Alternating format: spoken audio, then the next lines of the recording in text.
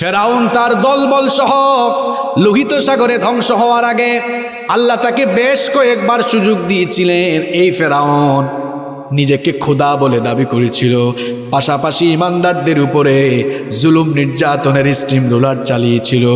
আল্লাহ তাআলা ফেরাউনকে চূড়ান্তভাবে ধ্বংস করার আগে অনেকবার সুযোগ দিয়েছেন।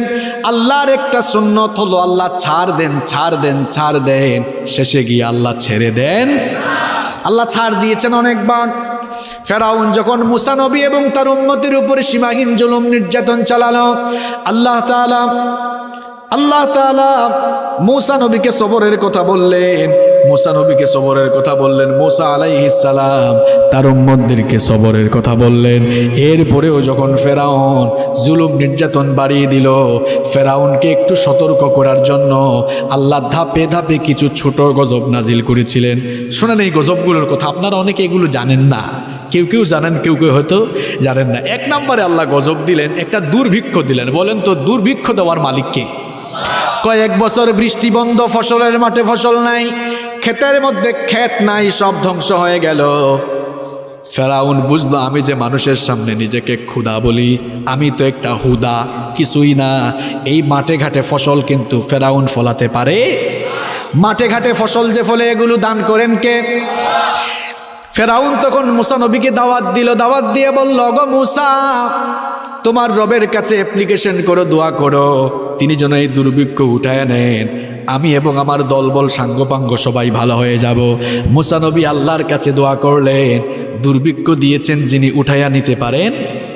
আল্লাহ তাআলা দুর্ভিক্ষ উঠায় নিলেন। দেখা গেল ফসলের মাঠে ফসলের সমারোহ, মাঠে ঘাটে ফসল আর ফসল, চতুর্দিক যখন ফসলের সমারোহে ভরে গেল, ফেরাউন তার দলবল কেউ ঈমান আনে নাই, যেই লাউ সেই। আবার তারা পাপাচার, সীমালঙ্ঘন আর জুলুমের মধ্যেই লিপ্ত রইল। আল্লাহ আর একটু সাবধান করার জন্য যখন ফসলের মাঠে ফসল হলো, এই যে ফসলের মাঠে ফসল, এক রাতের ভিতরে সব ধ্বংস করে দিতে পারেন কে? আল্লাহ এবার বন্যা একটা দিলেন, এক বন্যায় সব ভাসায় নিল। ফেরাউন বুঝলো কারবার। আবার মুসা নবীকে দাওয়াত দিল, দাওয়াত দিয়ে বলল, মুসা, আল্লাহর কাছে দোয়া করো, তিনি যেন গজবটা উঠায় নেন। তিনি যদি গজবটা উঠায় নেন তাহলে আমরা কিন্তু এবার ভালো হয়ে যাব। যখন আল্লাহ এই গজব তুলে নিলেন, দেখা গেল আবারও ফসলের মাঠে ফসল, মাঠে ঘাটে ফসলের সমারোহ। এবার যখন আবার ওই অবস্থা দেখলো, যেই লাউ সেই কদু, এরা ভালো হলো না, ঈমান আনলো না, জুলুম নির্যাতন আরো বাড়িয়ে দিল। বলেন তো আল্লাহ আবারও চাইলে গজব দিতে পারেন কিনা? 3 নাম্বার আল্লাহ পঙ্গপালের গজব দিলেন। পঙ্গপাল এরা এসে ফসলের মাঠের সকল ফসল খেয়ে ফেললো। এবার গজবের মাত্রা আর একটু বাড়লো। দেখা গেল তাদের ঘর বাড়িতে যে ফার্নিচার আসবাবপত্র যা আছে, খাট পালং চেয়ার টেবিল ফার্নিচার, সবগুলো পঙ্গপাল এসে খেয়ে ফেলতে লাগলো। এবার ফেরাউন মুসা নবীকে ডেকে বলল, মুসা, আল্লাহর কাছে দোয়া করো, তিনি যেন গজবটা তুলে নেন। এবার যদি গজবটা উঠায় নেন, ঈমান আনবো, ভালো মানুষ হয়ে যাব। পঙ্গপালের গজব আল্লাহ তুলে নিলেন, কিন্তু এ ভালো হলো না। 4 নম্বরে আল্লাহ উকুনের গজব পাঠালেন। উকুন বুঝেন আপনারা?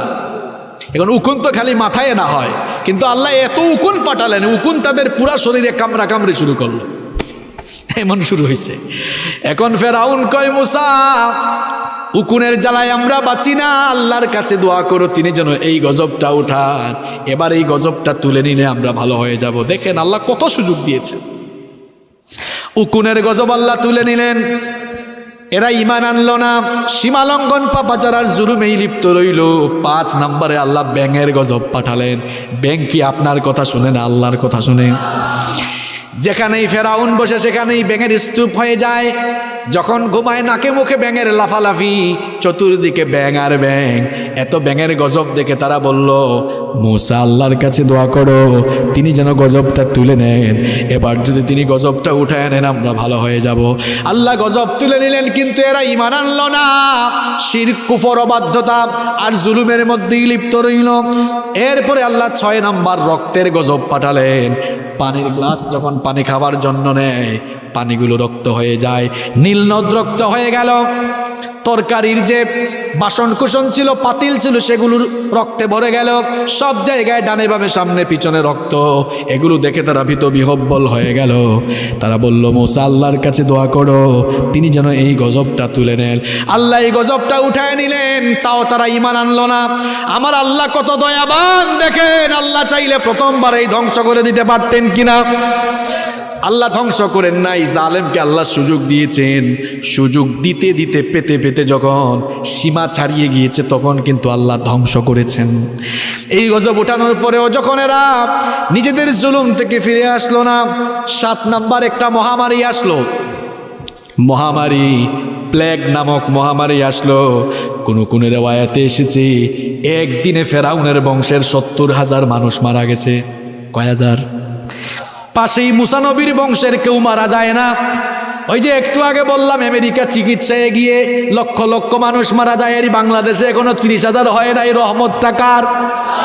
আপনি এখনো আল্লাহর কুদরত বুঝেন না, আল্লাহর রহমতও আপনি বুঝেন না। গজব দেন যিনি গজব থেকে বাঁচাইতে পারেন। ও তার মানে এই না যে আপনি সাবধান থাকবেন না, সচেতন থাকবেন না। ইসলামটা এমন নয়। ইসলাম হলো সাইন্টিফিক। আল্লাহ বলেছেন, ওয়ালা তুলকু বিআইদিকুম ইলাত তাহলুকা। অসচেতন হয়ে সাবধানতা বর্জন করে নিজেই নিজেকে ধ্বংসের দিকে ঠেলে দিও না। সাবধান থাকো, সতর্ক থাকো, এরপরে আল্লাহর উপর ভরসা করো, বাঁচায় দিবেন কি? এবার দেখুন এতগুলো গজব আসলো, ফেরাউন ভালো হলো না, জুলুম নির্যাতন আরো বাড়ালো। এমন জুলুম নির্যাতন বাড়ালো, কোরআনে কারিমে এসেছে, আল্লাহ বলেছেন এই ফেরাউন এবার বনি ইসরাইলে যারা ঈমান এনেছিল তাদের নবজাতক সন্তানগুলোকে ধরে ধরে জবাই করা শুরু করলো। আল্লাহর কোরআন সাক্ষী, আপনারা কোরআন পড়বেন। আল্লাহ বলেছেন ইউকাত্তিলুনা আবনাআকুম, অন্য জায়গায় আল্লাহ বলেছেন ইউযাব্বিহুনা আবনাআকুম। ইমানদারদের সন্তানগুলোকে ধরে ধরে জবাই করত, ধরে ধরে হত্যা করে ফেলতো। আজও পৃথিবীর বহু জায়গায় বহু লোকেরা ইমানদারদের উপরে জুলুম নির্যাতন চালায়। এগুলো নতুন কোনো বিষয় নয়। যারা ইমানদারদের উপরে আল্লাহর দিন মেনে জীবনযাপনের কারণে ইমানদারদের উপরে জুলুম নির্যাতনের স্টিম রুলার চালায়, এরা হলো সব এই পৃথিবীর বর্তমান যুগের ফেরাউন। আল্লাহ বললেন, মুসা এর অত্যাচার থেকে বাঁচার জন্য তুমি তোমার উম্মতকে নিয়ে মিশর ছেড়ে চলে যাও। আল্লাহ আদেশ দিলেন তোমার উম্মতকে নিয়ে মিশর ছেড়ে হিজরত করো। মুসা নবী এবার তার উম্মতকে নিয়ে রাতের বেলা মিশর থেকে রওনা করেছেন। এই খবর ফেরাউনের কানে চলে গেল। ফেরাউন এবার তার দলবল সৈন্যবাহিনীকে অর্ডার করলো, সবাই প্রস্তুত হও, মুসা আর তার দলবল সবাই আজকে কচুকাটা করব।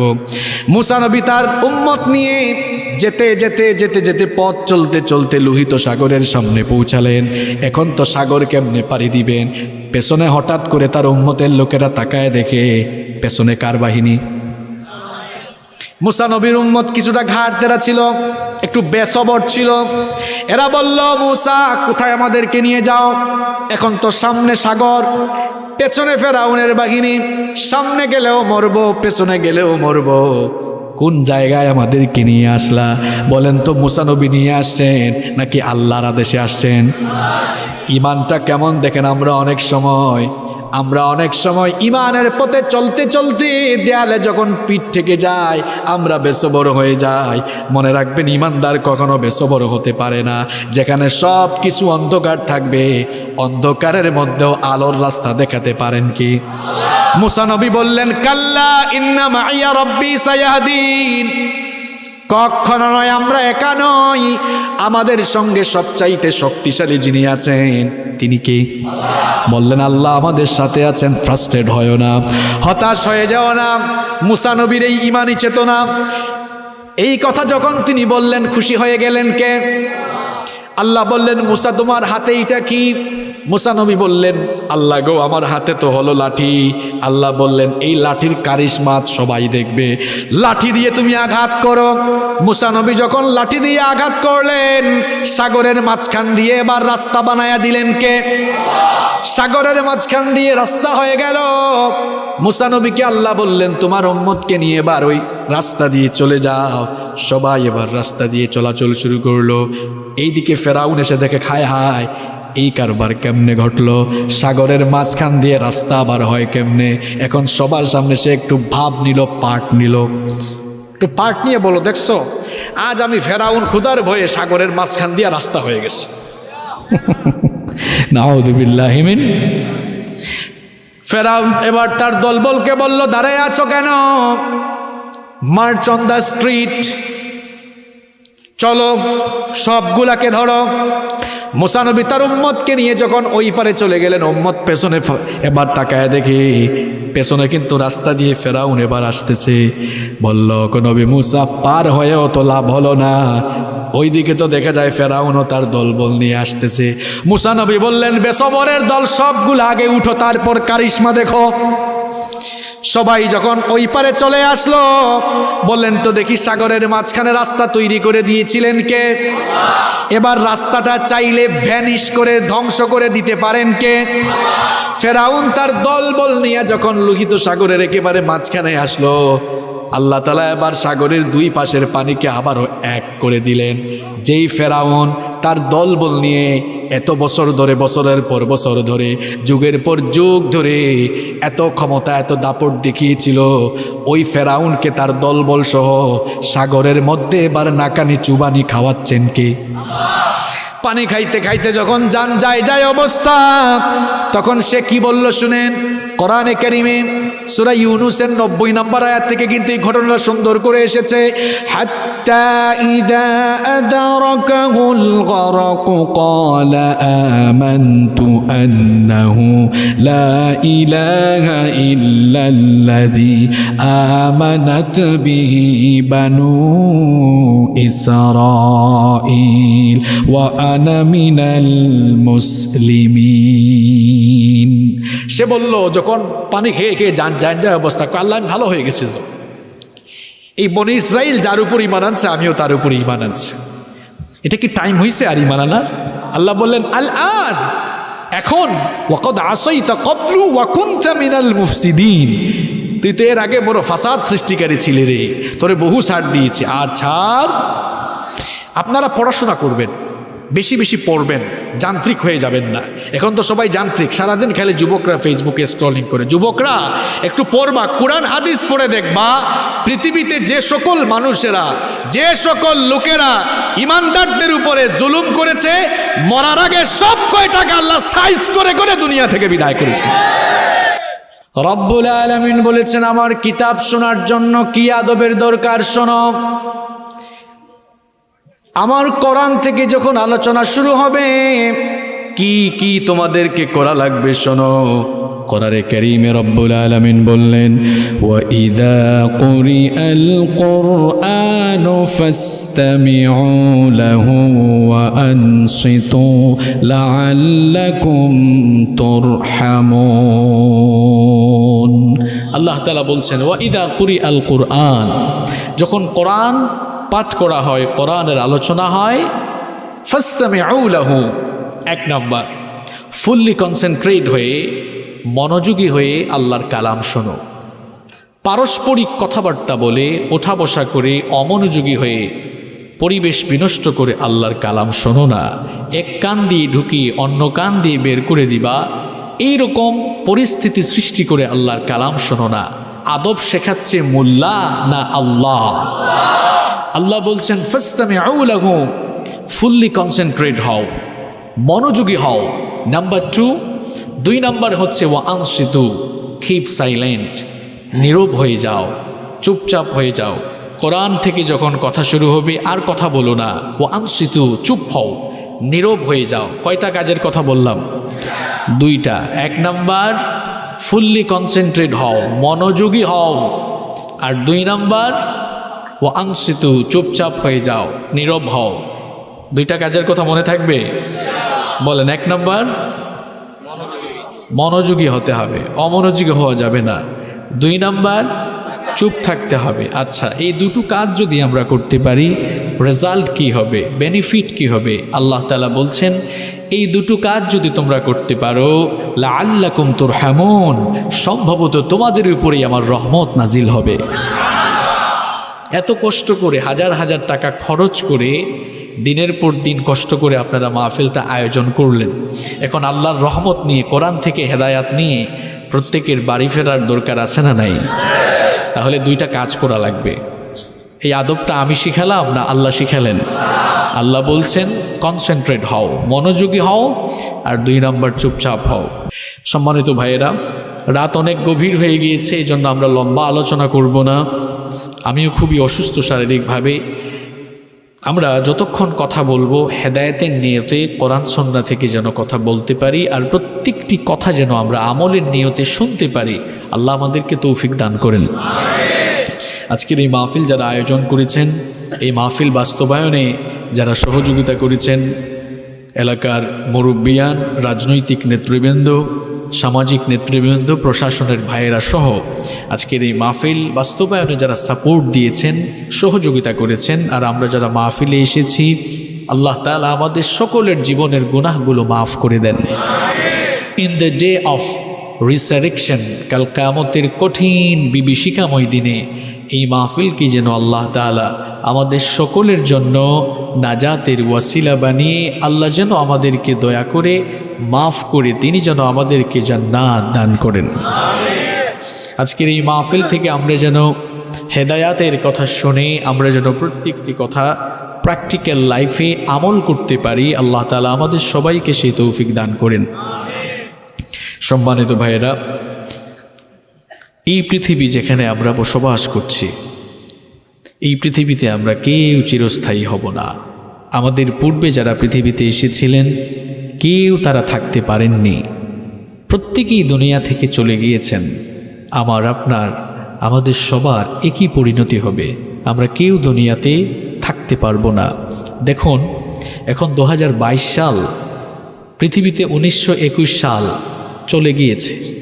বলেন তো দেখি আপনারা, 1921 সালে দুনিয়াতে, 1922 সালে যারা দুনিয়ায় ছিল, এই 2022 সালে কেউ কি আছে? সবাই মাটির নিচে কবরে শায়িত হয়েছে, সবাই চলে গেছে।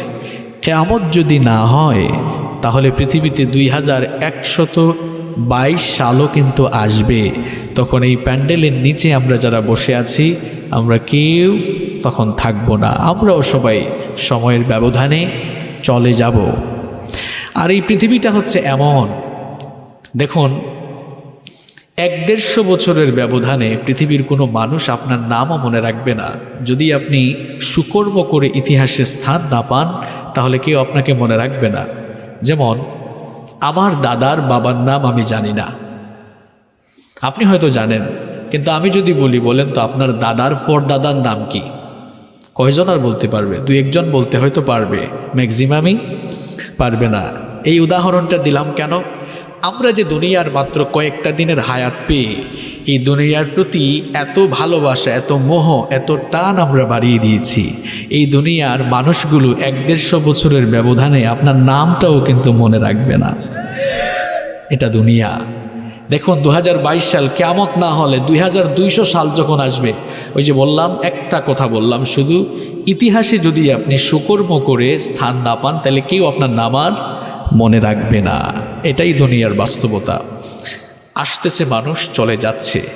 আসা যাওয়ার মাঝখানে যে সময়টা আমরা দুনিয়াতে অবস্থান করি, এটাকে আরবিতে বলা হয় হায়াত, বাংলায় বলা হয় জীবন, ইংরেজিতে বলা হয় লাইফ, তাই না? এই যে আমাদের ক্ষুদ্র জীবনকালে প্রত্যেকটি মানুষের জীবনে সুখ আছে, দুঃখ আছে, আনন্দের সাথে বেদনা রয়েছে, মানুষের জীবনে উত্থানের সাথে পতন রয়েছে। এই যে আমাদের জীবনে সুখের সাথে দুঃখ, আনন্দের সাথে বেদনা, প্রত্যেকের জীবনেই কিন্তু দুঃখ আছে নাকি? এখানে সবাই সুখী মানুষ? সবাই কি সুখী আপনারা? না, প্রত্যেকেই প্রত্যেকের জায়গায় কোনো না কোনো বিষয় নিয়ে দুঃখে আছে, কষ্টে আছে, বিপদে আসে। প্রত্যেক ব্যক্তির জীবনেই কোনো না কোনো বিপদ আসে, মুসিবত আসে। এই যে আমরা ব্যক্তি জীবনে, পারিবারিক জীবনে, সমাজ জীবনে, রাষ্ট্রীয় জীবনে মাঝে মাঝে আমরা বৈশ্বিকভাবে পৃথিবীব্যাপী সবাই গজবে আক্রান্ত হই, অথবা আমাদের উপর বিপদ মুসিবত চলে আসে। এগুলো কেন আসে? কি কি কারণে মানুষের উপরে বিপদ আসে, মুসিবত আসে, কিংবা গজব নেমে আসে?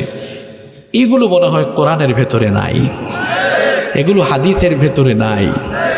যদি না থাকতো তাহলে এটা পূর্ণাঙ্গ বা চূড়ান্ত গাইডলাইন হতে পারত না। কোরআনুল কারীম এটা ব্যাকডেটেড কোনো বুক নয়, বরং এটা হচ্ছে দুনিয়ার সবচেয়ে আপডেট একটি কিতাব। এটা সায়েন্টিফিক কিতাব, এটা অথেন্টিক, অরিজিনাল এবং বাস্তব ভিত্তিক কিতাব। কোরআনুল কারীম সাম্প্রদায়িক কিতাব নয়, এটা সার্বজনীন কিতাব। যদি সাম্প্রদায়িক হতো আল্লাহ তাআলা কোরআনের ভেতরে বলতেন হুদাল্লিল মুমিনিন, অথবা বলতেন হুদাল্লিল মুসলিমিন। আপনারা যারা কোরআন নিয়মিত পড়েন, অধ্যয়ন করেন, গবেষণা করেন, দেখবেন কোরআনের ভেতরে হুদাল্লিল মুমিনিন শব্দটিও নেই, হুদাল্লিল মুসলিমিন শব্দটিও নেই, আছে হুদাল্লিন নাস। আল্লাহ বলেছেন এই কোরআন হচ্ছে তামাম দুনিয়ার সমস্ত মানুষের জন্য হেদায়াতের কিতাব। সুবহানাল্লাহ। তাহলে কোরআন নির্দিষ্ট কোনো জাতিগোষ্ঠীর জন্য আসেনি, বরং কোরআন সমস্ত মানুষের জন্য নাজিল করেছেন কে? এই কোরআন হচ্ছে মানুষের জীবনের সকল সমস্যার সমাধানকারী গ্রন্থ। It's the problem solving methodology. এটি হচ্ছে মানুষের সকল সমস্যার সমাধানকারী কিতাব। এজন্য আপনার জীবনের প্রতিটি সেক্টরে যে সমস্যা ঘটছে, সব সমস্যার সমাধান পাওয়ার জন্য আপনি কোরআন পড়ুন, কোরআন অধ্যয়ন করুন, গবেষণা করুন। কোরআন আপনাকে সমাধানের রাস্তা, নাজাতের রাস্তা, মুক্তির পথ আপনাকে কোরআন দেখিয়ে দিবে। সুবহানাল্লাহ। আজ আমরা আলোচনা করব আমাদের জীবনে নানা সেক্টরে মাঝে মাঝে যে আমরা বিপদ মুসিবতে পড়ি না আমরা, নাকি পড়েন না আপনারা? প্রত্যেকেই জীবনে কম বেশি বিপদে পড়েন, মুসিবতে পড়েন, দুঃখ কষ্টে পড়ে যান, কিংবা মাঝে মাঝে সবার উপর গজব নেমে আসে, এলাকায় গজব নামে, পৃথিবীতে গজব নামে। এই যে বিপদ মুসিবত এবং গজব আসার কারণ কি, এগুলো আমরা আজ কোরআন সুন্নাহ থেকে বের করব। পাশাপাশি বিপদ মুসিবত গজব আসলে আমাদের কি করা দরকার, সেগুলো আমরা কোরআন সুন্নাহ থেকে জানবো ইনশাআল্লাহ। তাহলে চলুন আমরা আজকে আলোচনায় প্রবেশ করি। আমরা আলোচনার টাইটেল বা টপিক নির্ধারণ করলাম, ভালো করে শুনতে হবে। অনেকে বাড়ি যাবে, অনেকে হয়তো অসুস্থতার কারণে মাহফিলে আসতে পারেনি। সকালবেলা আপনাকে জিজ্ঞেস করবে আপনি যে রাতের বেলা মাহফিলে গিয়েছিলেন কোন বিষয়ে ওয়াজ শুনে আসছেন, তখন যদি বলেন কি জানো শুনছি একটা মনে নাই, তাইলে আসার কোনো ফায়দা থাকবে না। আমি কিন্তু আপনাদেরকে কিছু বিষয় শিখিয়ে যাওয়ার জন্য চেষ্টা করব। এটা কোরআনের মঞ্চ, এটা সামাজিক মঞ্চও না, এটা রাজনৈতিক মঞ্চও না, এটা জ্ঞান অর্জনের জায়গা, এটা দিন চর্চার জায়গা। এখানে আপনারা এসেছেন কিছু নলেজ যদি আর্ন করে যেতে না পারেন, কিছু যদি শিখে যেতে না পারেন, তাহলে আসা যাওয়া কোনো লাভ থাকবে না। তাহলে আগে টাইটেল আপনাদের সবার জানা দরকার, মানুষের জীবনে বিপদ মুসিবত বা গজব নেমে আসার কারণ। মনে থাকবে? আমি আমার ক্ষুদ্র গবেষণায় কোরআন সুন্নাহ থেকে মানুষের উপরে বিপদ মুসিবত বা গজব আসার মোট 6টা কারণ খুঁজে পেয়েছি। আমার কথা আপনাদের কানে পৌঁছালে একটু কষ্ট করে জবাব দেন, কয়টা কারণ? 6টা। চলুন শুরু করি। নাম্বার 1, 1 নাম্বার, আল্লাহ তাআলা মানুষের উপরে বিপদ দেন, মুসিবত দেন, কষ্টে ফেলেন, বান্দাকে বিপদে ফালাইয়া দেন আল্লাহ, অথবা মানুষের উপরে আল্লাহ গজব দেন। 1 নম্বর কারণ, যেন বান্দা একটু সতর্ক হয়, সে যেন সাবধান হয়, আর সে যেন পাপমুখী না হয়ে এই গজব আসার পরে আল্লাহমুখী হয়। এই জন্য গজব দেন কে? এই জন্য রব্বুল আলামিন কোরআনুল কারীমের 32 নম্বর সূরা সূরাতুস সাজদা এর 21 নম্বর আয়াতের মধ্যে বললেন, ওয়ালানুযীকান্নাহুম মিনাল আযাবিল আদনা দুনাল আযাবিল আকবারি লাআল্লাহুম ইয়ারজিউন। আল্লাহ তাআলা বলছেন, আর আমি তোমাদেরকে বড় শাস্তি আস্বাদন করানোর পূর্বে লঘু শাস্তি, ছোট শাস্তি তোমাদেরকে আস্বাদন করাবো। অর্থাৎ আখেরাতে আমি তোমাদেরকে শাস্তি দেওয়ার আগে দুনিয়ায় আমি তোমাদেরকে গজবে ফেলবো, দুনিয়ায় আমি তোমাদের জীবনে বিপদ মুসিবত দান করব। কেন আমি দান করব? কারণ হলো লাআল্লাহুম ইয়ারজিউন। বান্দারে বিপদে মুসিবতে গজবে পড়ার পর তুমি যেন তোমার রবের পথে ফিরে আসো, এই জন্য তোমার জীবনে আমি মাঝে মাঝে বিপদ মুসিবত, বালা মুসিবত, গজব দিবেন কে? আবার কোরআনুল কারীমের 9 নম্বর সূরা সূরাতুত তাওবা এর 126 নম্বর আয়াতে আল্লাহ তাআলা আরো সুন্দর করে বললেন, আওয়ালা ইয়ারাউনা আন্নাহুম ইফতানুনা ফি কুল্লি আমিন মাররাতান আও মাররাতাইনি সুম্মা লা ইয়াতুবুনা ওয়ালা হুম ইয়াযাক্কারুন। আল্লাহ তাআলা বলছেন, তারা কি দেখে না বছরে 2 বার কিংবা 1 বার তাদের উপরে গজব আসে। এই গজবগুলো আসার পরেও কিছু নাফরমান বান্দারা তাওবা করে না। এই গজবে আক্রান্ত হওয়ার পরেও আল্লাহ বলছেন কিছু মানুষেরা আল্লাহমুখী হয় না। ঠিক পড়ে বললেন, আমাদের দেশে মাহফিলে ঠিক বলা ফ্যাশন হয়েছে। আগে আপনি আমার কথাগুলো বুঝার চেষ্টা করুন ভাই, এগুলো খুব গবেষণালব্ধ কথা। 1 নম্বর কারণ আল্লাহ বলছেন তোমাদের উপরে গজব আসবে এই কারণে যেন তোমরা একটু সাবধান হয়ে সতর্ক হয়ে আল্লাহমুখী হও। কিন্তু দুঃখজনক হলেও সত্য, মাঝে মাঝে গজব আসলে আল্লাহমুখী হওয়া দূরের কথা, আমরা আরও দুনিয়ার মোহে দুনিয়ার প্রেমে আরও আমরা শয়তানের দিকে ধাবিত হওয়ার চেষ্টা করি। এরকম হয়, বিপদ এসেছে, গজব এসেছে। এই যে গত 2-3 মাস আগে, 3 মাস হবে না, 1.5-2 মাস হবে, 1.5-2 মাস আগে ফজরের সময় একটা ভূমিকম্প হয়েছে। আপনাদের এলাকায় হয়েছে? এই ভূমিকম্প কি জো বাইডেন পাঠাইছে নাকি? ভূমিকম্প দেন কে? ঘূর্ণিঝড় দেন কে? আমরা মাঝে মাঝে এত বাহাদুরি দেখাই, এত ক্ষমতা দেখাই, এত দাপট দেখাই, আল্লাহর সামনে আপনি কিন্তু কিছুই না। আল্লাহ আপনাকে ধ্বংস করে দিতে হলে আল্লাহর কোনো সৈন্য সামন্ত লাগে না। আল্লাহ আপনাকে ধ্বংস করে দিতে হলে, আল্লাহ আপনাকে বেইজ্জত করতে হলে কিছুই লাগবে না। আল্লাহ শুধু আদেশ করবেন, আদেশ করা মাত্রই আপনার অবস্থা খারাপ হয়ে যাবে। দেখেন, এই ঘূর্ণিঝড়, একটা ঘূর্ণিঝড় দিয়ে গোটা পৃথিবীটাকে মুহূর্তের মধ্যেই ধ্বংস করে দিতে পারেন কি? এই ঘূর্ণিঝড়ের এই যে ভূমিকম্প হলো ফজরের টাইমে, কিছু মানুষ তখন নামাজে ছিল আর কিছু যুবকেরা তখন ঘুমালো। আহারে যুবক, এখানেও মনে হয় অনেক যুবক আছে, ভূমিকম্প যেদিন হয়েছিল ওই দিন সে ফজরের নামাজটা আদায় করে নাই। হয়তো জীবন বাঁচানোর জন্য খাট থেকে উঠে ঘরের বাইরে দৌড় দিয়েছে। আল্লাহ একটু ঝাঁকুনি দিয়েছেন, ঝাঁকুনি দিয়ে বুঝিয়েছেন, দেখ ঘুমের ভেতরে আমি তোকে মারতে পারতাম, বান্দারে আমি তোকে মারলাম না, একটু ভয় কর আমাকে। এই যে পাপাচার গুনাহের দিকে ধাবিত হয়েছিস, ফজরের নামাজটা ছেড়ে দিয়ে যে ঘুমাচ্ছিস, বান্দারে পাপের দিকে আর যাইস না, একটু আমার দিকে ফিরে আয়। আল্লাহ একটু ঝাঁকুনি দিলেন, কিন্তু আমার মনে হয় অনেক মানুষ পরের দিনও ফজরের নামাজ আদায় করে নাই। এই যে আল্লাহ বিপদ দিনে হালকা একটা ঝাঁকুনি দিলেন, ভূমিকম্প দিলেন, হালকা একটু ভূমিকম্প ঝাঁকুনি দিয়া আপনার অন্তরটাকে আল্লাহ নাড়াতে চেয়েছিলেন। কিন্তু এ যুবক, তোমার অন্তর এখনো নড়ল না, এখনো তুমি ফজরের সময় ঘুমাও। এখনো অনেক মানুষ ফজরের টাইমে ঘুমায়। আর আমার দেশে দেখবেন ফজরের নামাজে মানুষ নাই, ফজরের নামাজে মানুষ কম, জানাজার নামাজে মানুষ বেশি হয়। আছে না নাই? ঢাকা শহরে বাসা, যেখানে বাসা সেখান থেকে মসজিদ মাত্র 50 হাত। মুয়াজ্জিন যখন আজান দেয়, ঘর থেকে বাসা থেকে 50 হাত দূরে মসজিদে যায় না। কিন্তু শুনেছে রহমতপুরের এক মানুষ মারা গিয়েছে।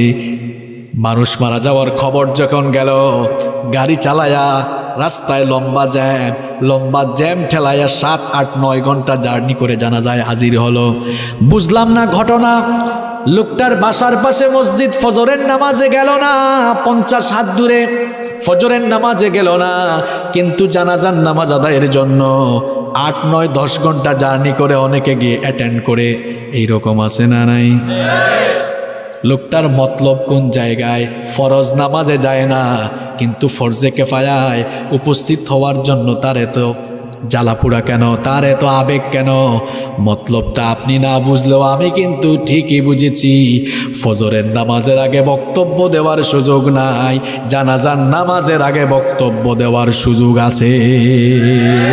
হে বাটপার, তুই ফজরের নামাজে আসলি না কেন? তুই তো জানাজার নামাজে আসলি রে, তোর ফজরের নামাজ কোথায়? আবার অনেকে আছে সকাল 8টায় 9টায় ঘুম থেকে উঠার জন্য স্মার্টফোন সবার পকেটে আছে না, অ্যালার্ম দেয়, কি ব্যাপার? 8টার সময় 9টার সময় উঠার জন্য ফোনে অ্যালার্ম লাগাইতে পারলেন? কোন শয়তানের সঙ্গে আপনার বসবাস যে আপনি 5টা 5:30টার সময় উঠার জন্য অ্যালার্ম দিতে পারেন না? কোন শয়তানের সঙ্গে বন্ধুত্ব আপনার? আপনার বিবেককে আপনি প্রশ্ন করুন। রাতের বেলা ঘুমানোর সময় বউকে বলে, বউ 9টার সময় অফিসে যাওয়া লাগবে, 8টার সময় আমাকে ডেকে দিও। আবার তার ফোনের মধ্যে অ্যালার্ম লাগালো, বউকেও বলল, এত সচেতন, কিন্তু ফজরের নামাজে উঠার জন্য বউকে বলতো না, বউ ডেকে দিস। অথবা তার ফোনের মধ্যে অ্যালার্ম লাগালো না। আপনার কাজ কারবার দেখে মনে হয় আপনার অন্তরে বসের ভয় যতটা বেশি, আল্লাহর ভয় তা আপনার অন্তরে তত বেশি না। আল্লাহর ভয় থাকলে আপনি ঠিকই অ্যালার্ম দিয়ে উঠতেন। আমি বলছিলাম গজব আসার 1 নাম্বার কারণ হলো আল্লাহ মানুষকে সতর্ক করেন যেন মানুষ আল্লাহমুখী হয়। এই ফজরের টাইমে আপনার মরণ হতে পারত ভূমিকম্পের সময়, আপনার ঘর বাড়ি ভেঙে ওই জায়গার মধ্যেই কিন্তু আপনি শেষ হয়ে যেতে পারতেন। আল্লাহ শেষ করতে পারতেন কিনা? এইরকম মাঝে মাঝে ঘূর্ণিঝড় আসে, মাঝে মাঝে প্রাকৃতিক দুর্যোগ নেমে আসে, মাঝে মাঝে আল্লাহ মানুষের উপরে গজব দেন যেন মানুষগুলো আল্লাহমুখী হয়। এই যে বর্তমান দুনিয়াতে একটা গজব চলতেছে, গজবের নাম করোনা, এই গজবটাও কিন্তু আল্লাহ দিয়েছেন মানুষগুলো যেন একটু আল্লাহকে চিনতে পারে। আপনি বলবেন হুজুর কেমনে? আপনি খুব মনোযোগী হয়ে আমার কথা শুনেন। এই করোনা ভাইরাস পৃথিবীর মানুষকে 2টা জিনিস দেখাইছে। কয়টা জিনিস? একটু কথা বলেন, কয়টা? 1 নাম্বার আল্লাহর কুদরত, 2 নাম্বার আল্লাহর রহমত। আমি কিন্তু 2টা ওয়ার্ড বলেছি, কুদরত, রহমত। আসুন এটার বাংলা আপনাদেরকে আগে বুঝাই দিই। কুদরত মানে শক্তি, শক্তিমত্তা, আর রহমত মানে দয়া। তাহলে করোনা ভাইরাস পৃথিবী মানুষকে আল্লাহর শক্তিটা এই করোনা আসার পরে মানুষ দেখেছে। 2 নাম্বার মানুষ আল্লাহর রহমতও দেখেছে। এবার একটু ব্যাখ্যা দেই, এক্সপ্লেনেশনের দিকে যাই। যুবক ভাইরা তোমরা বেশি ভালো করে কথাগুলো শোনো। দেখুন, এই করোনা ভাইরাস আসার পরে গত 2 বছরে পৃথিবী থেকে কোটি কোটি মানুষ কিন্তু চলে গিয়েছে। অনেক মানুষ আমাদের ডানে বামে চলে গিয়েছে। আমরা যারা এখনো বেঁচে আছি, আমরা কি নিজের শক্তি দিয়ে, নিজের ক্রেডিট দিয়ে বেঁচে আছি? আমরা কার রহমতে বেঁচে আছি? দেখুন, আমাদের বাংলাদেশটা এমনিতেই গরিব একটা দেশ। সরকার প্রশাসন সবাই মিলে চেষ্টা করছেন দেশটাকে এগিয়ে নিয়ে যাওয়ার জন্য। আমরাও সবাই চেষ্টা করছি সামনের দিকে আগাবার জন্য। ইনশাল্লাহ আমরা সবাই মিলে একদিন এই দেশটাকে এগিয়ে নিব ইনশাআল্লাহ। আমরা চেষ্টা করব, আর বরকত দিবেন কে? দেখুন, আমাদের দেশের চেয়ে যেই সকল দেশগুলো সামরিক দিক দিয়ে, চিকিৎসার দিক থেকে, তথ্য প্রযুক্তির দিক থেকে যারা উন্নতি অগ্রতিতে যারা সবচেয়ে বেশি এগিয়ে, যেমন আপনি দেখেন United state of America, England, Italy, France, Russia, চীন, এই সকল দেশগুলো আমাদের চেয়ে গরিব না অনেক উন্নত? চিকিৎসায়, তথ্য প্রযুক্তি সব দিক থেকে তারা উন্নত। যখন এই একটা অদৃশ্য ভাইরাস বা এই করোনা নামক গজব আসলো, আল্লাহর পাঠানো একটা অদৃশ্য ভাইরাস বা গজবের কাছে এই শক্তিশালী দেশগুলো মাথা নত করে দিয়ে অসহায় হতে বাধ্য হয়েছে। করোনা আসার পর যারা নিজেদেরকে শক্তিশালী বলতো, যারা ভাবতো আমরাই পৃথিবীতে সবচেয়ে শক্তিশালী চিকিৎসার দিক থেকে, উন্নতির দিক থেকে, কোথায় তোমাদের চিকিৎসা, কোথায় তোমাদের উন্নতি অগ্রগতি, সবাই অসহায় হয়ে গিয়েছিল। টিকা আসলো, টিকা আসার পরেও এখন বারবার এই যে আপনার ভেরিয়েন্ট চেঞ্জ হচ্ছে, এখন আরও গজবে আমরা পড়েছি সবাই। আমি গতকাল দেখলাম আমার এক আত্মীয় ফ্রান্সে থাকে, সে টিকার 3 নাম্বার ডোজ নিয়েছে। ফ্রান্সের সরকার বলেছে যে 6টা ডোজ এখন নিতে হবে। দেখছেন কারবার, প্রথমে 2টা, এখন 3টা চলে, 6টা আরও যে কতটা আসবে আল্লাহ আলাম। আমি সেদিকে যাচ্ছি না, এবার শুনুন আমার কথা। যারা উন্নতি অগ্রগতিতে, চিকিৎসায়, বিজ্ঞানে, তথ্য প্রযুক্তিতে এত উন্নত, এরা সব অসহায়। তাহলে করোনা আসার পরে আল্লাহর শক্তি যে কত বেশি এটা পৃথিবীর মানুষ দেখছে। আপনি যত শক্তিশালী হন না কেন, আল্লাহর কুদরতের কাছে আপনি তুচ্ছ, অসহায়, এটা সবাই দেখেছে। এবার আপনি বলবেন হুজুর, আপনি যে বললেন যে করোনা আসার পর পৃথিবীর মানুষ আল্লাহর রহমতও দেখছে, রহমতটা কেমনে দেখলো? আমি কি বলবো? WHO নাম শুনেছেন আপনারা? ওয়ার্ল্ড হেলথ অর্গানাইজেশন, বিশ্ব স্বাস্থ্য সংস্থা করোনা ভাইরাসের একেবারে প্রাথমিক স্টেজে বলল এই করোনা ভাইরাসে বাংলাদেশে কম হলেও 10 লক্ষ মানুষ মারা যাবে। আমার কথা ভুল হলে আপনি BBC CNN-এর রিপোর্টগুলো পড়ে দেখেন, আমরা তো পড়াশোনা গবেষণা করা মানুষ। তো BBC বলল 10 লক্ষ লোক মারা যাবে। আমি আজকে দেখলাম পত্রিকায় এখনো 28,000 মানুষ মারা গিয়েছে। এখনো ওরা বলেছিল 10 লক্ষ, এখনো 1 লক্ষ হয় নাই। আলহামদুলিল্লাহ। এখন আমরা যে এত ভালো আছি, আমরা কি নিজেদের ক্রেডিটে বেঁচে আছি, নিজেদের শক্তি দিয়ে বেঁচে আছি, নাকি আমরা অন্যদের চেয়ে অনেক শক্তিশালী? এটা আপনি এখানে থেকে বলবেন। যদি একটু দুনিয়া সফর করেন দেখবেন আমাদের চেয়ে আরো উঁচা উঁচা মানুষ আছে। পাকিস্তানিদেরকে দেখবেন, আফ্রিকানদেরকে দেখবেন, আপনি এরা আমাদের থেকে আরো দৈহিকভাবে আরো অনেক শক্তিশালী।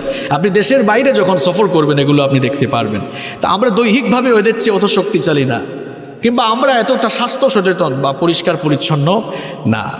আমরা এত রহমতের মধ্যে আছি কিভাবে? আমি তো প্রায় সময় বলি করোনা ভাইরাস আর এই দেশের মানুষকে কি আক্রমণ করবে? প্রত্যেকটা মানুষই এক একটা ভাইরাস বোমা। সরকার আর প্রশাসনের ভাইরা কত চেষ্টা করছে মানুষকে মাস্ক পরিধান করানোর জন্য, এরপরেও পাবলিক মাস্ক পরে না। মানে এত অসচেতন, বলতে বলতে পরানো যায় না। আবার মাস্ক যেটা পরে ওইটার মধ্যেও দেখবেন ময়লার স্তূপ। এরকম আছে কিনা বলেন? আমরা এত নোংরা অপরিচ্ছন্ন জীবনযাপন করি।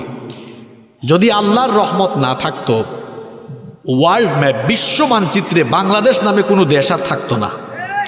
কারণ এরা, আপনি বুঝে শুনে জবাব দিয়েন, যারা চিকিৎসায় এত উন্নত হওয়ার পরেও কিছু কিছু দেশে মিলিয়ন ক্রস করেছে মৃতের সংখ্যা, আর আমরা এদের চাইতে স্বাস্থ্য সচেতন অনেক কম। আমাদের স্বাস্থ্য সচেতনতা কম, আমরা সচেতন থাকি কম। আমরা যদি বলি ভাই এরকম চলেন, চলে আরো উল্টা, চলে আরো উল্টা। এত অসচেতন হয়ে আমরা চলেছি। যদি আল্লাহর রহমত না থাকতো তাহলে তো লাশের স্তূপ হয়ে যেত। এখন প্রশ্ন হলো, আমরা চিকিৎসার দিক থেকে এত পিছিয়ে থেকেও, এবং আমাদের দেশের বেশিরভাগ মানুষ সরকার প্রশাসন এত করে বলার পরেও, এত অসচেতন নোংরা জীবনযাপন করেও আমরা কেন এতটা ভালো আছি? কারণটা কি? 2টা বছর গেল, কোনোদিন কি একটু বিবেকবান মানুষের মতো কোনোদিন একা একা চিন্তা করেছেন কি রে এত উন্নত? আমার বাড়ি তো সিলেটে, আমার অনেক আত্মীয় স্বজন আমেরিকা ইংল্যান্ডে থাকেন, এরপরে আপনার পশ্চিমা অনেক দেশে তারা থাকেন, মধ্যপ্রাচ্যের অনেক দেশে থাকেন। তা আমাদের আত্মীয় স্বজন অনেকেই এদের মাধ্যমে আমরা সব খোঁজখবরগুলো ভালোভাবে জেনেছি। আমি খুব চিন্তা করলাম যে এত ভালো আছি আমরা কেমনে? করোনা ভাইরাস আমাদের দেশেও আছে, এই গজবটা আমাদের দেশেও আছে, কিন্তু প্রভাবটা অন্য দেশের চেয়ে কম না বেশি? আমি চিন্তা করলাম আমাদের দেশে প্রভাব এত কম কেন? কারণ আমরা এত অপরিচ্ছন্ন, এত অসচেতন থাকার পরেও কম কেন? আমি চিন্তা করে করে আমি কিছু ফলাফলও পেয়েছি, সেটা কি আপনাদের সাথে শেয়ার করব? আমি দেখলাম যে এটা আল্লাহর রহমত ছাড়া কিছু না। আর রহমত তো এমনি এমনি আসে না, রহমতের কাজ করলে রহমত আসে। তো আমি চিন্তা করলাম বাংলাদেশে কি এত রহমতের কাজ হয়। চিন্তা করে করে পেলাম পৃথিবীর একমাত্র দেশ হলো বাংলাদেশ। এই দেশে যতগুলো হাফেজি মাদ্রাসা, যতগুলো কৌমি মাদ্রাসা, যতগুলো আলিয়া মাদ্রাসা আছে, খুব ভালো করে ঘাটাঘাটি পড়াশোনা গবেষণা করে দেখেন পৃথিবীতে আর অন্য কোনো দেশে এত দিনী প্রতিষ্ঠান নাই। আপনি ভালো করে যান, গবেষণা করে তারপরে এসেন। পৃথিবীর একমাত্র দেশ বাংলাদেশ। এখানে যত হাফেজি, কৌমি, আলিয়া অর্থাৎ দিনী প্রতিষ্ঠান আছে বিশ্বের কোনো দেশে এত আর আপনি বলবেন শুধু সৌদি আরবেও নাই, যান না গিয়ে দেখেন, মিলান, অঙ্ক মিলান। আপনি আমাদের দেশেই দেখবেন এক গ্রামে কত হাফেজি মাদ্রাসা, এতিমখানা, নুরানি মাদ্রাসা, কওমি মাদ্রাসা, আলিয়া মাদ্রাসা, যত দিনী প্রতিষ্ঠান এখানে আছে পৃথিবীর কোথাও এত দিনী প্রতিষ্ঠান নেই। আমি চিন্তা করে এটা একটা কারণ বললাম। 2 নম্বর, আমি দেখলাম এটা পৃথিবীর একমাত্র দেশ, এই দেশে আল্লাহর জিকির সবচেয়ে বেশি হয়। আপনি বলবেন হুজুর কেমনে হয়? এই দেশে সূর্য উঠার আরো 1-2 ঘন্টা আগে থেকে হাফেজি মাদ্রাসাগুলোতে আপনি রাতের বেলা পারলে ঘুম থেকে উঠে যাইয়েন, আপনি দেখবেন সূর্য উঠার 2 ঘন্টা আগে হাফেজরা ঘুম থেকে উঠে ওযু করে, কেউ তাহাজ্জুদের নামাজে আর কেউ বা রেহাল আর কোরআন নিয়ে কোরআনের গুনগুন গুনগুন তেলাওয়াত করে। রহমত কি এমনি আসে মিয়া? আপনি কিসের উসিল্লায় ভালো আছেন? ওই যে বলে মানুষ কিসের উসিল্লায় কার উসিল্লায় সিন্নি খায়, ওইটা বুঝে না, পাগল ছাগল। চিন্তা করতে হবে কিভাবে এত ভালো আছে। এরপরে 3 নাম্বার, পৃথিবীর একমাত্র দেশ বাংলাদেশ, যেখানে একটানা 6 মাস প্রত্যেকটা রাতে এই দেশের কোনো না কোনো জায়গায় শত শত হাজার হাজার কোরআনের মাহফিলে মানুষ আসে আর কোরআন হাদিসের আলোচনা হয়। এটা পৃথিবীর দ্বিতীয় কোনো দেশে হয়। আপনি কি মনে করছেন এই রহমতের ভিতরে এমনি আসেন? এখন রহমত আসার জায়গাগুলো যত বেশি সংকীর্ণ হবে কিংবা রহমত আসার জায়গাগুলো আপনি যত বন্ধ করবেন ততই রহমত আসা কমে যাবে। এই জন্য যেই সকল জায়গার কারণে, যে জিনিসের কারণে রহমত কমে, বন্ধ করতে হলে সিনেমা হলগুলো বন্ধ করে দাও, মদের বার বন্ধ করে দাও, ক্যাসিনো বন্ধ করে দাও, স্টেডিয়ামের খেলাধুলা বন্ধ করে দাও, বাণিজ্য মেলা বন্ধ করে দাও, মসজিদ মাদ্রাসা খুলে দাও। আল্লাহর জিকির যত বাড়বে এই দেশে আল্লাহর রহমত তত বেশি বাড়বে।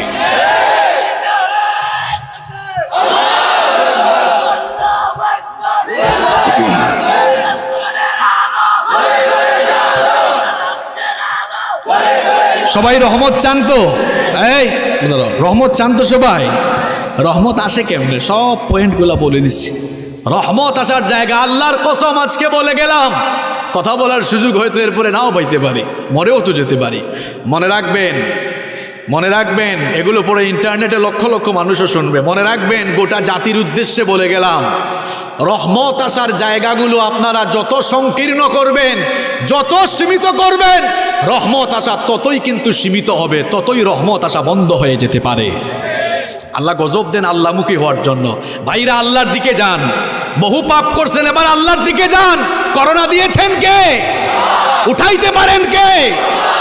এটা কি আপনার মাথার ভিতরে আসে না? যদি এসে থাকে, গুনাহ ছাড়েন, দুর্নীতি ছাড়েন, বদমাশি ছাড়েন, টেন্ডারবাজি ছাড়েন, চাঁদাবাজি ছাড়েন, আল্লাহমুখী হয়ে যান। এই গজব তুলে নেবেন কে? গজব আসার 1 নাম্বার কারণ বললাম, আমরা যেন সাবধান হয়ে আল্লাহর দিকে ফিরে যাই। মনে থাকবে আপনাদের? মনে থাকবে সবার? তাহলে গজব আল্লাহ দেন, আমরা একটু শর্ট করে শিখি 1 নাম্বার পয়েন্টটা। আল্লাহ গজব দেন আল্লাহমুখী হওয়ার জন্য।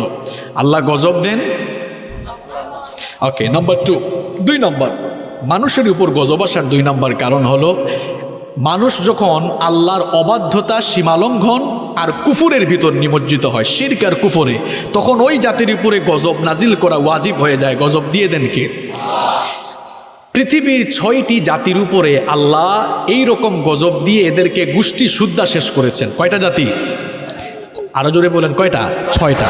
দেখেন কোরআন থেকে কাহিনীগুলো আপনাদেরকে শোনাই। এই 6 জাতির কাছে নবী এসে দাওয়াত দিলেন, বললেন পাপাচার ছাড়ো, জুলুম ছাড়ো, সীমালঙ্ঘন ছাড়ো, শিরক কুফর ছাড়ো, মানুষের উপর জুলুম ছাড়ো।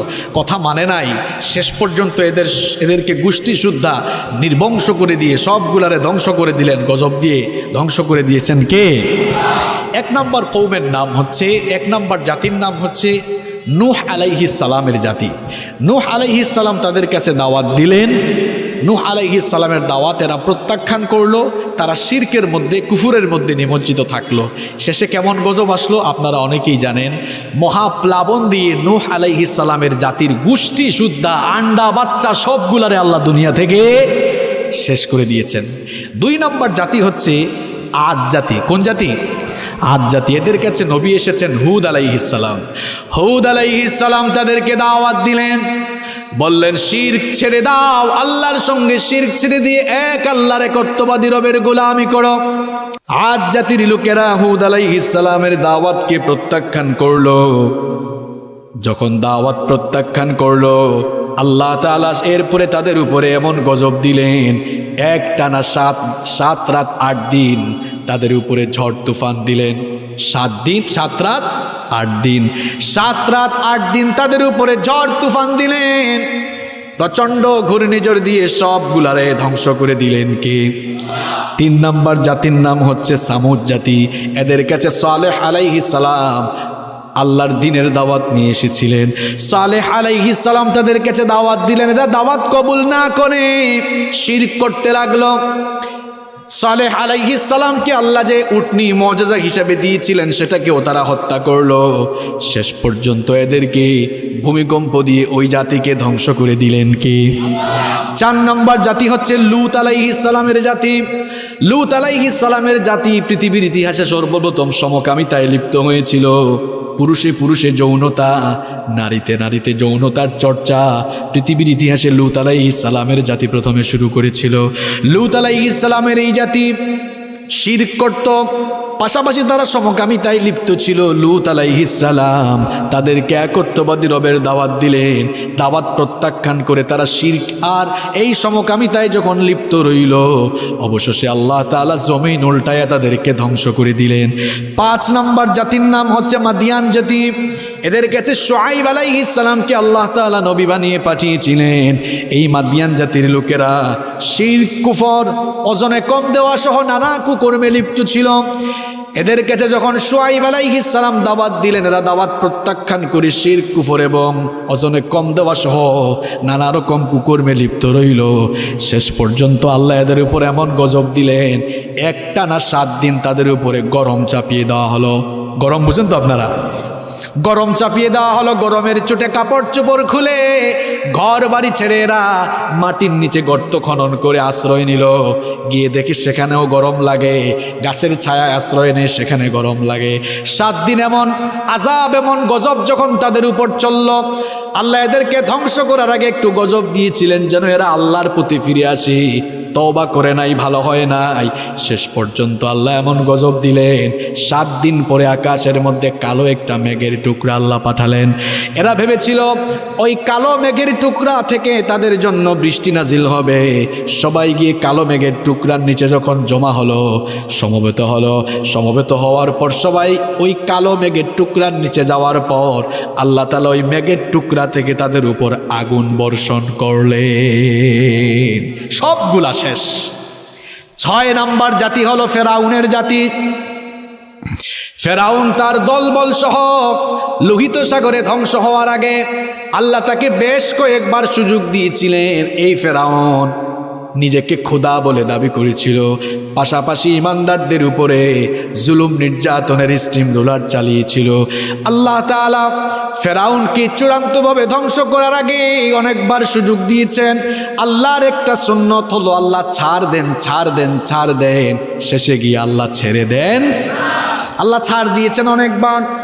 ফেরাউন যখন মুসা নবী এবং তার উম্মতের উপরে সীমাহীন জুলুম নির্যাতন চালালো, আল্লাহ তাআলা মুসা নবীকে সবরের কথা বললেন। মুসা আলাইহিস সালাম তার উম্মতদেরকে সবরের কথা বললেন। এরপরেও যখন ফেরাউন জুলুম নির্যাতন বাড়িয়ে দিল, ফেরাউনকে একটু সতর্ক করার জন্য আল্লাহ ধাপে ধাপে কিছু ছোট গজব নাজিল করেছিলেন। শোনেন এই গজবগুলোর কথা, আপনারা অনেকে এগুলো জানেন না, কেউ জানেন, কেউ হয়তো জানেন না। 1 নম্বরে আল্লাহ গজব দিলেন, একটা দুর্ভিক্ষ দিলেন। বলেন তো দুর্ভিক্ষ দেওয়ার মালিক কে? কয়েক বছর বৃষ্টি বন্ধ, ফসলের মাঠে ফসল নাই, ক্ষেতের মধ্যে ক্ষেত নাই, সব ধ্বংস হয়ে গেল। ফেরাউন বুঝলো আমি যে মানুষের সামনে নিজেকে খোদা বলি, আমি তো একটা হুদা, কিছুই না। এই মাঠে ঘাটে ফসল কিন্তু ফেরাউন ফলাতে পারে? মাঠে ঘাটে ফসল যে ফলে এগুলো দান করেন কে? ফেরাউন তখন মুসা নবীকে দাওয়াত দিয়ে বলল, গো মুসা, তোমার রবের কাছে অ্যাপ্লিকেশন করো, দোয়া করো, তিনি যেন এই দুর্ভিক্ষ উঠায় নেন, আমি এবং আমার দলবল সাঙ্গপাঙ্গ সবাই ভালো হয়ে যাব। মুসা নবী আল্লাহর কাছে দোয়া করলেন, দুর্ভিক্ষ দিয়েছেন যিনি উঠাইয়া নিতে পারেন। আল্লাহ তাআলা দুর্ভিক্ষ উঠায় নিলেন। দেখা গেল ফসলের মাঠে ফসলের সমারোহ, মাঠে ঘাটে ফসল আর ফসল, চতুর্দিক যখন ফসলের সমারোহে ভরে গেল, ফেরাউন তার দলবল কেউ ঈমান আনে নাই, যেই লাউ সেই। আবার তারা পাপাচার, সীমালঙ্ঘন আর জুলুমের মধ্যেই লিপ্ত রইল। আল্লাহ আর একটু সাবধান করার জন্য যখন ফসলের মাঠে ফসল হলো, এই যে ফসলের মাঠে ফসল, 1 রাতের ভিতরে সব ধ্বংস করে দিতে পারেন কে? আল্লাহ এবার বন্যা একটা দিলেন, 1 বন্যায় সব ভাসায় নিল। ফেরাউন বুঝলো কারবার, আবার মূসা নবীকে দাওয়াত দিল, দাওয়াত দিয়ে বলল, মূসা আল্লাহর কাছে দোয়া করো তিনি যেন গজবটা উঠায় আনেন। তিনি যদি গজবটা উঠায় আনেন তাহলে আমরা কিন্তু এবার ভালো হয়ে যাব। যখন আল্লাহ এই গজব তুলে নিলেন, দেখা গেল আবারও ফসলের মাঠে ফসল, মাঠে ঘাটে ফসলের সমারোহ। এবার যখন আবার ওই অবস্থা দেখলো, যেই লাউ সেই কদু, এরা ভালো হলো না, ঈমান আনলো না, জুলুম নির্যাতন আরো বাড়িয়ে দিল। বলেন তো আল্লাহ আবারও চাইলে গজব দিতে পারেন কিনা? 3 নাম্বার আল্লাহ পঙ্গপালের গজব দিলেন। পঙ্গপাল এরা এসে ফসলের মাঠের সকল ফসল খেয়ে ফেললো। এবার গজবের মাত্রা আর একটু বাড়লো। দেখা গেল তাদের ঘর বাড়িতে যে ফার্নিচার আসবাবপত্র যা আছে, খাট পালং চেয়ার টেবিল ফার্নিচার, সবগুলো পঙ্গপাল এসে খেয়ে ফেলতে লাগলো। এবার ফেরাউন মূসা নবীকে ডেকে বলল, মূসা আল্লাহর কাছে দোয়া করো তিনি যেন গজবটা তুলে নেন। এবার যদি গজবটা উঠায় নেন ঈমান আনবো, ভালো মানুষ হয়ে যাব। পঙ্গপালের গজব আল্লাহ তুলে নিলেন, কিন্তু এ ভালো হলো না। 4 নম্বরে আল্লাহ উকুনের গজব পাঠালেন। উকুন বুঝেন আপনারা? এখন উকুন তো খালি মাথায় না হয়, কিন্তু আল্লাহ এত উকুন পাঠালেন, উকুন তাদের পুরা শরীরে কামড়া কামড়ি শুরু করলো। এমন শুরু হয়েছে। এখন ফেরাউন কয়, মূসা উকুনের জ্বালায় আমরা বাঁচি না, আল্লাহর কাছে দোয়া করো তিনি যেন এই গজবটা উঠান। এবার এই গজবটা তুলে নিলে আমরা ভালো হয়ে যাব। দেখেন আল্লাহ কত সুযোগ দিয়েছে। উকুনের গজব আল্লাহ তুলে নিলেন, এরা ঈমান আনলো না, সীমালঙ্ঘন পাপাচারার জুলুমেই লিপ্ত রইল। 5 নম্বরে আল্লাহ ব্যাঙের গজব পাঠালেন। ব্যাঙ কি আপনার কথা শুনে না, আল্লাহর কথা শুনে? যেখানেই ফেরাউন বসে সেখানেই ব্যাঙের স্তূপ হয়ে যায়। যখন ঘুমায় নাকে মুখে ব্যাঙের লাফালাফি, চতুর্দিকে ব্যাঙ আর ব্যাঙ। এত ব্যাঙের গজব দেখে তারা বলল, মূসা আল্লাহর কাছে দোয়া করো তিনি যেন গজবটা তুলে নেন। এবার যদি তিনি গজবটা উঠায় নেন আমরা ভালো হয়ে যাব। আল্লাহ গজব তুলে নিলেন, কিন্তু এরা ঈমান আনলো না, শিরক কুফর অবাধ্যতা আর জুলুমের মধ্যেই লিপ্ত রইল। এরপরে আল্লাহ 6 নম্বর রক্তের গজব পাঠালেন।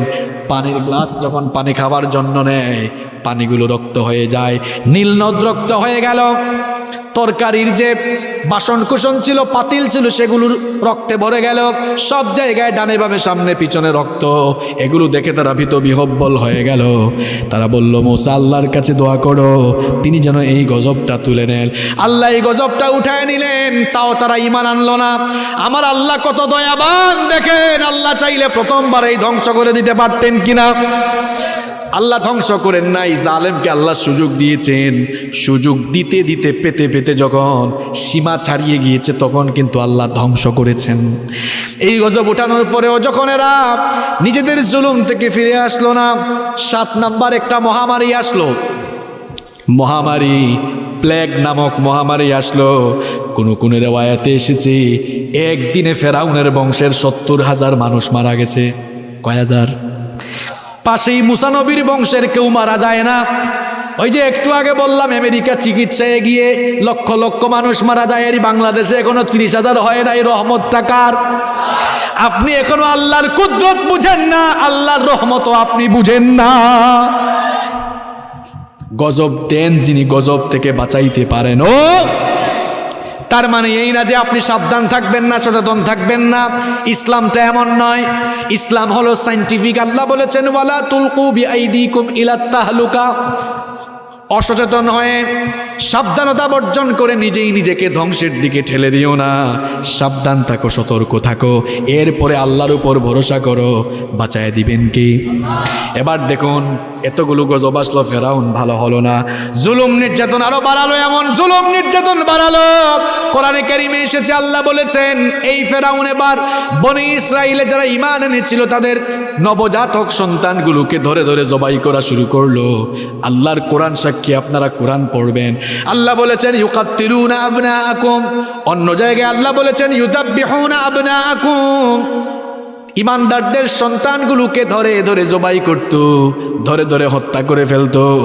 আজও পৃথিবীর বহু জায়গায় বহু লোকেরা ইমানদারদের উপরে জুলুম নির্যাতন চালায়। এগুলো নতুন কোনো বিষয় নয়। যারা ইমানদারদের উপরে আল্লাহর দিন মেনে জীবনযাপনের কারণে ইমানদারদের উপরে জুলুম নির্যাতনের স্টিম রুলার চালায়, এরা হলো সব এই পৃথিবীর বর্তমান যুগের ফেরাউন। আল্লাহ বললেন, মূসা এর অত্যাচার থেকে বাঁচার জন্য তুমি তোমার উম্মতকে নিয়ে মিশর ছেড়ে চলে যাও। আল্লাহ আদেশ দিলেন তোমার উম্মতকে নিয়ে মিশর ছেড়ে হিজরত করো। মুসা নবী এবার তার উম্মতকে নিয়ে রাতের বেলা মিশর থেকে রওনা করেছেন। এই খবর ফেরাউনের কানে চলে গেল। ফেরাউন এবার তার দলবল সৈন্যবাহিনীকে অর্ডার করলো, সবাই প্রস্তুত হও, মুসা আর তার দলবল সবাই আজকে কচুকাটা করব। মুসা নবী তার উম্মত নিয়ে যেতে যেতে যেতে যেতে পথ চলতে চলতে লোহিত সাগরের সামনে পৌঁছালেন। এখন তো সাগর কেমনে পাড়ি দিবেন? পেছনে হঠাৎ করে তার উম্মতের লোকেরা তাকায় দেখে পেছনে কার বাহিনী? মুসা নবীর উম্মত কিছুটা ঘাট তেরা ছিল, একটু বেসবর ছিল। এরা বলল, মুসা কোথায় আমাদেরকে নিয়ে যাও? এখন তো সামনে সাগর, পেছনে ফেরাউনের বাহিনী, সামনে গেলেও মরব, পেছনে গেলেও মরব, কোন জায়গায় আমাদেরকে নিয়ে আসলা? বলেন তো, মুসা নবী নিয়ে আসছেন নাকি আল্লাহর আদেশে আসছেন? ইমানটা কেমন দেখেন। আমরা অনেক সময় ইমানের পথে চলতে চলতে দেয়ালে যখন পিঠ থেকে যায় আমরা বেসবর হয়ে যাই। মনে রাখবেন, ইমানদার কখনো বেসবর হতে পারে না। যেখানে সব কিছু অন্ধকার থাকবে, অন্ধকারের মধ্যেও আলোর রাস্তা দেখাতে পারেন কি? মুসা নবী বললেন, কাল্লা ইন্না মাইয়া রব্বি সায়াহদিন। কখনো নয়, আমরা একা নই, আমাদের সঙ্গে সবচাইতে শক্তিশালী যিনি আছেন তিনি কে? বললেন, আল্লাহ আমাদের সাথে আছেন। ফ্রাস্ট্রেট হয় না, হতাশ হয়ে যাও না। মুসা নবীর এই ইমানি চেতনা, এই কথা যখন তিনি বললেন খুশি হয়ে গেলেন কে? আল্লাহ বললেন, মুসা তোমার হাতে এইটা কি? মুসা নবী বললেন, আল্লাহ গো, আমার হাতে তো হলো লাঠি। আল্লাহ বললেন, এই লাঠির কারিশমাত সবাই দেখবে, লাঠি দিয়ে তুমি আঘাত করো। মুসা নবী যখন লাঠি দিয়ে আঘাত করলেন, সাগরের মাঝখান দিয়ে এবার রাস্তা বানায়া দিলেন কে? সাগরের মাঝখান দিয়ে রাস্তা হয়ে গেল। মুসা নবীকে আল্লাহ বললেন, তোমার উম্মতকে নিয়ে এবার ওই রাস্তা দিয়ে চলে যাও। সবাই এবার রাস্তা দিয়ে চলাচল শুরু করলো। এইদিকে ফেরাউন এসে দেখে, খায় হায়, এই কারবার কেমনে ঘটলো? সাগরের মাঝখান দিয়ে রাস্তা আবার হয় কেমনে? এখন সবার সামনে সে একটু ভাব নিল, পার্ট নিল। একটু পার্ট নিয়ে বলো, দেখছো আজ আমি ফেরাউন ক্ষুধার ভয়ে সাগরের মাঝখান দিয়ে রাস্তা হয়ে গেছে। নাউযুবিল্লাহি মিন। ফেরাউন এবার তার দলবলকে বলল, দাঁড়ায় আছো কেন? মার্চ অন দ্য স্ট্রিট, চলো সবগুলাকে ধরো। মুসা নবী তার উম্মতকে নিয়ে যখন ওই পারে চলে গেলেন, উম্মত পেছনে এবার তাকায় দেখি পেছনে কিন্তু রাস্তা দিয়ে ফেরাউন এবার আসতেছে। বলল, নবী মুসা পার হয়েও তো লাভ হলো না, ওইদিকে তো দেখা যায় ফেরাউনও তার দলবল নিয়ে আসতেছে। মুসা নবী বললেন, বেসবরের দল সবগুলো আগে উঠো, তারপর কারিশমা দেখো। সবাই যখন ওই পারে চলে আসলো, বললেন, তো দেখি সাগরের মাঝখানে রাস্তা তৈরি করে দিয়েছিলেন কে? এবার রাস্তাটা চাইলে ভ্যানিশ করে ধ্বংস করে দিতে পারেন কে? ফেরাউন তার দলবল নিয়ে যখন লোহিত সাগরের একেবারে মাঝখানে আসলো, আল্লাহ তাআলা এবার সাগরের দুই পাশের পানিকে আবারও এক করে দিলেন। যেই ফেরাউন তার দলবল নিয়ে এত বছর ধরে, বছরের পর বছর ধরে, যুগের পর যুগ ধরে এত ক্ষমতা, এত দাপট দেখিয়েছিল, ওই ফেরাউনকে তার দলবল সহ সাগরের মধ্যে এবার নাকানি চুবানি খাওয়াচ্ছেন কে? পানি খাইতে খাইতে যখন জান যায় অবস্থা, তখন সে কি বলল শুনেন। কোরআনে কারিমে সূরা ইউনূসের 90 নম্বর আয়াত থেকে কিন্তু এই ঘটনাটা সুন্দর করে এসেছে। হাত্তা ইযা আদরাকাহুল গরক ক্বালা আমানতু আন্নাহু লা ইলাহা ইল্লাল্লাযী আমানাত বিহি বানু ইসরাঈল ওয়া আনা মিনাল মুসলিমিন। সে বলল, যখন পানি খেয়ে খেয়ে যায় অবস্থা, আল্লাহ আমি ভালো হয়ে গেছিল, এই বনি ইসরাইল যার উপর ঈমান আনছে আমিও তার উপর ঈমান আনছি। এটা কি টাইম হয়েছে আর ঈমান আনার? আল্লাহ বললেন, আল আন, এখন, ওয়াকাদ আসাইতা ক্বাবলু ওয়া কুনতা মিনাল মুফসিদিন, তুই তো এর আগে বড় ফাসাদ সৃষ্টিকারী ছিলি রে, তোরে বহু ছাড় দিয়েছি, আর ছাড়। আপনারা পড়াশোনা করবেন, বেশি বেশি পড়বেন, যান্ত্রিক হয়ে যাবেন না।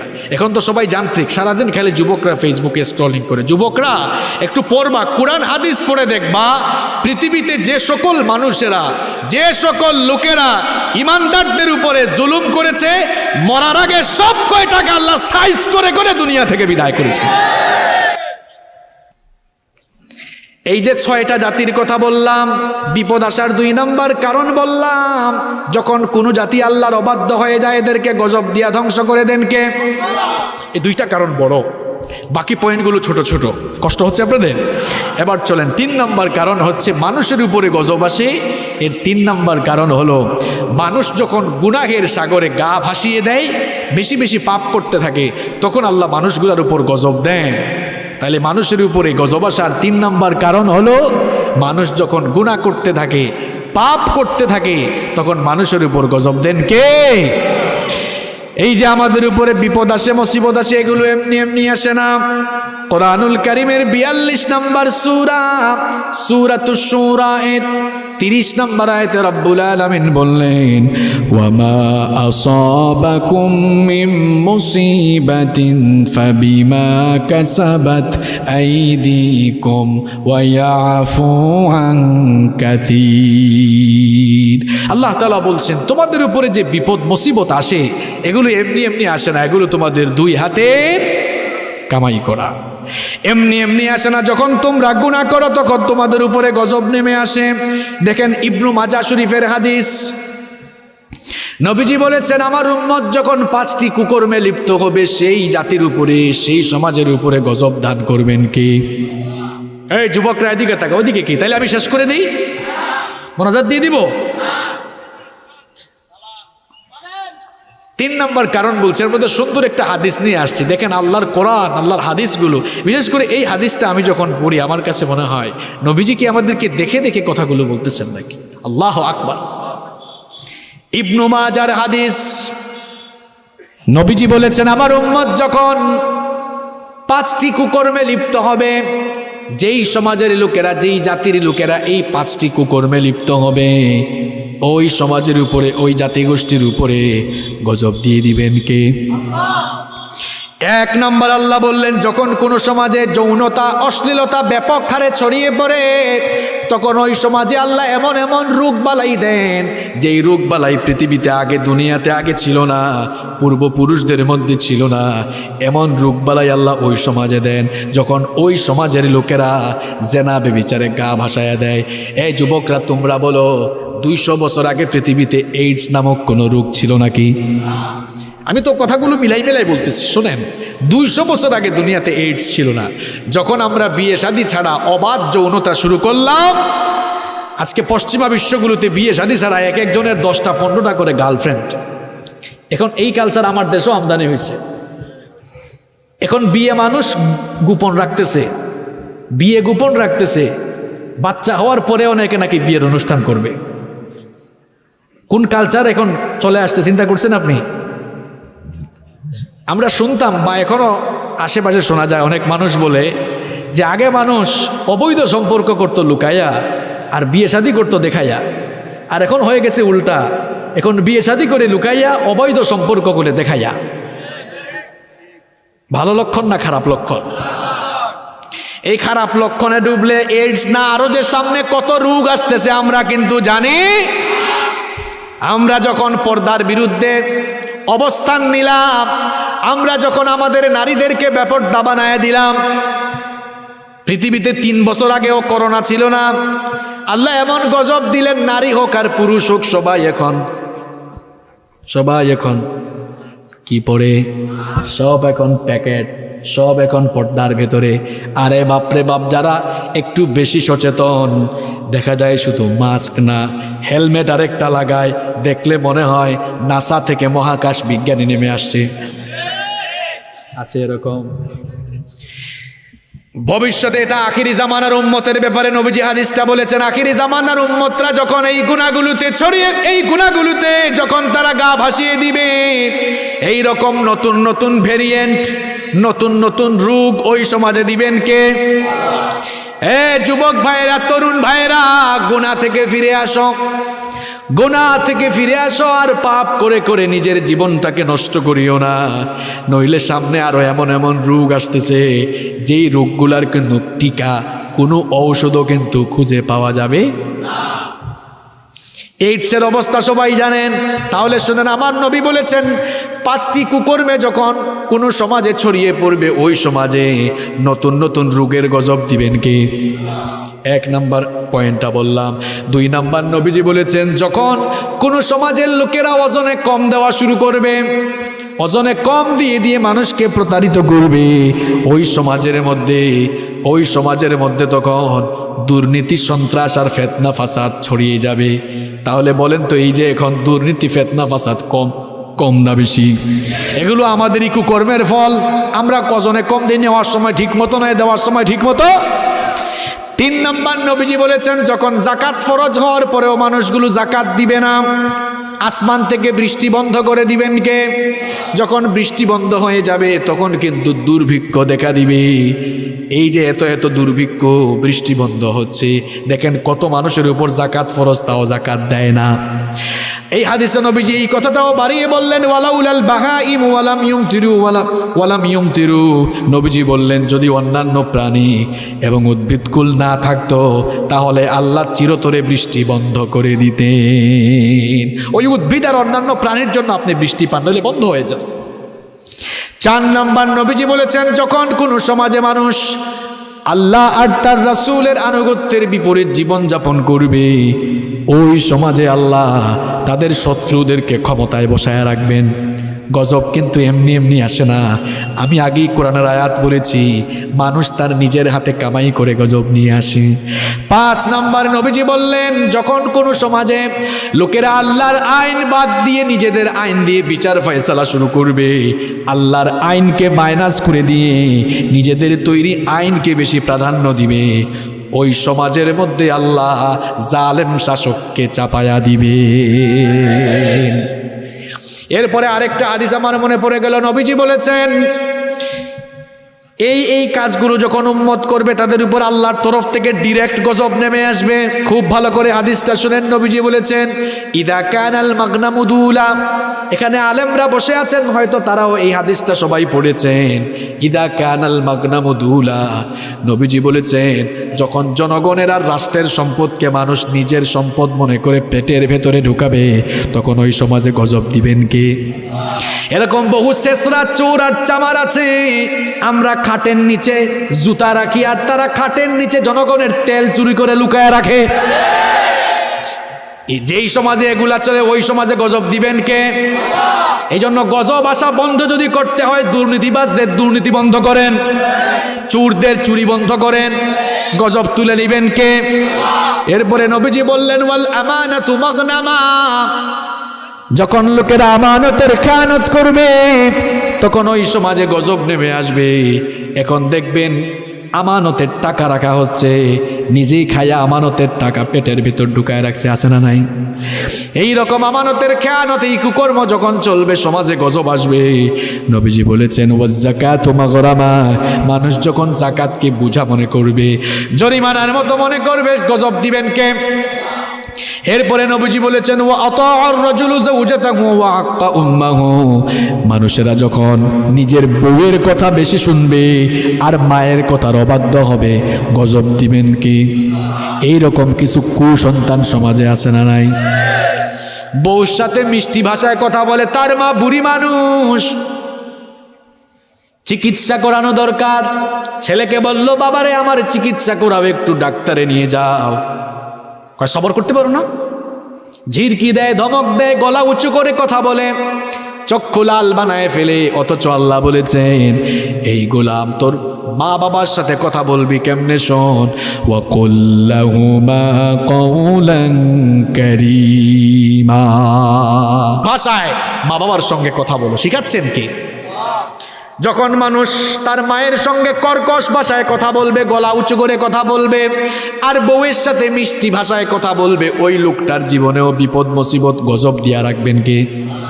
এরপরে নবীজি বলছেন ওয়া বাররা সাদিকাহু ওয়া জাফা আবাহু। এই যুবকরা যারা বিয়ে করেছেন শুনেন, যাদের ব্যবসা বাণিজ্যে লস আর লস, যাদের জীবনে ডানে বামে দুঃখ আর দুঃখ, হয়তো মা বাপকে আঘাত দিয়েছেন, আজকেই গিয়া মাফ চান। এমনি এমনি জীবনে দুঃখ কষ্ট আসে না। নবীজি বলেছেন শুনেন ওয়া বাররা সাদিকাহু ওয়া জাফা আবাহু।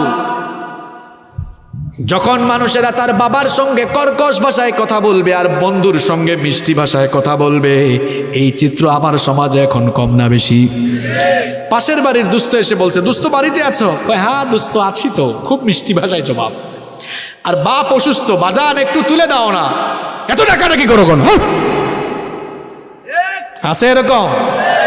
বেয়াদব, তুমি যে তোমার বাপকে এরকম ধমক দিলা, তুমি তো ছোটবেলায় ভে ভে করে কান্না করতা, কান্না ছাড়া ভাষা ছিল না, তুমি কান্না করলেই তোমার বাপ সব কাজ ফলায়া থুইয়া তোমাকে এসে কুলে নিয়েছে। ওই বাপকে ধমক দাও, কত বড় বেয়াদব তুমি। ওই বাবার সাথে মাথাটা উঁচা না করে বিনয়ের ভাষায় নম্র কণ্ঠে কথা বলতে হবে। আদেশটা কার? যেই বেয়াদবগুলো মা বাবার সঙ্গে এমন বেয়াদবি করে গিয়ে দেখেন এদের জীবনে সুখ শান্তি নাই। যারা নিজেদের বউকে প্রাধান্য দিয়ে মা বাবার সঙ্গে এমন করেন, খোঁজ নিয়ে দেখেন আপনার বউ আরেকজনের সঙ্গে পরকিয়া করে। এইটা হলে আল্লাহর বিচার। আপনার জীবনে কোনো না কোনো দিকে আল্লাহ গজব দিয়া রাখবেন, সুখ পাবেন না, শান্তি পাবেন না। মনে করেন না জন্মদাতা মা আর বাপকে অসুখী রেখে আপনি সুখী হয়ে যাবেন না, এটা কখনো সম্ভব না। আমার আপনার কথা মিথ্যা হইতে পারে, নবীজির কথা মিথ্যা হইতে পারে, আমার কথা মিথ্যা হতে পারে, আপনার কথা মিথ্যা হতে পারে, নবীর কথা কখনো মিথ্যা হতে পারে। এখানেও যদি এমন কেউ থাকে মিলাইয়া দেখেন, জীবনে যাদের অশান্তি আছে, দুঃখ কষ্ট আছে, বিপদ আছে, হয়তো কোনো না কোনোভাবে আপনি আপনার মা বাপকে আঘাত দিয়ে ফেলেছেন, যান আজ মাহফিল থেকে বাড়ি গিয়া পা ধরে মাফ চান, দেখবেন মা বাবার দিলটা বড় নরম। পা ধরে যখন মাফ চাইবেন আপনাকে মাফ করে দিতে পারে কিনা বলেন? এখানে এত মানুষ কারা এত ওয়াজ করে? হ্যাঁ, ভলান্টিয়ার ভাইরা, তোমরা যারা মাহফিলের দায়িত্ব পালন করো, এগুলা শিখো, মাহফিলের পরিবেশ আগে শিখো। আমাদেরকে নিয়ে আসলে কথা বলার পরিবেশ তৈরি করে দিতে হবে। আমরা কোনো আউল ফাউল বাউল না। অনেকে আছে দেখবেন মাহফিলে উঠে আউল বাউল ফাউল, কিছুক্ষণ পরপর গান গায়। এখানে গান চলতেছে, কুরআন হাদিসের বাইরে একটা কথা হচ্ছে, বাস্তবিক কথা এগুলো। পরিবেশকে সুন্দর রাখুন। রাগ করছেন আপনারা? এরপরে দেখেন নবীজি বলেছেন গজব আসার আরো কি কি কারণ আছে শোনো।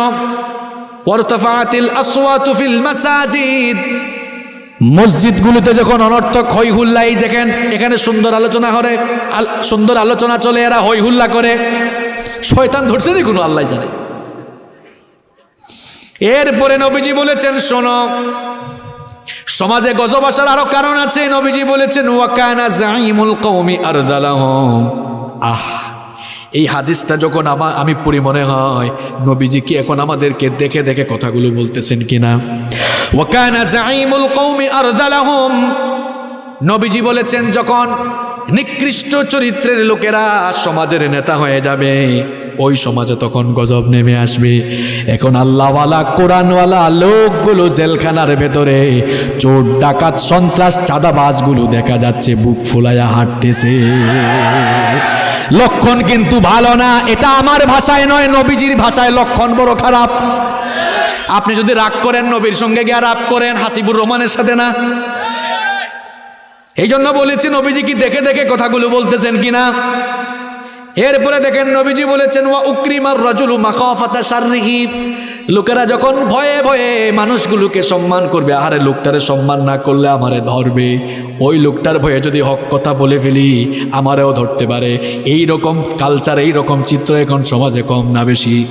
এখন মসজিদের মিম্বরে বসে ইমাম সাহেব ঠিকমতো কথাও বলতে পারে না। এক হুজুর সুদের বিরুদ্ধে ওয়াজ করবে, প্রস্তুতি নিয়েছে, নতুন চাকরি পেয়েছে মসজিদে, সুদের বিরুদ্ধে ওয়াজ করছে, কিছুক্ষণ পর সভাপতি কাশি দেন, ভাবছে ওয়াজিটা কমন পড়ছে, চিন্তা করছে চাকরি বাঁচানো দরকার। কিছুক্ষণ পর সুদের ওয়াজ বাদ দিয়া ঘুষের ওয়াজ শুরু করছে।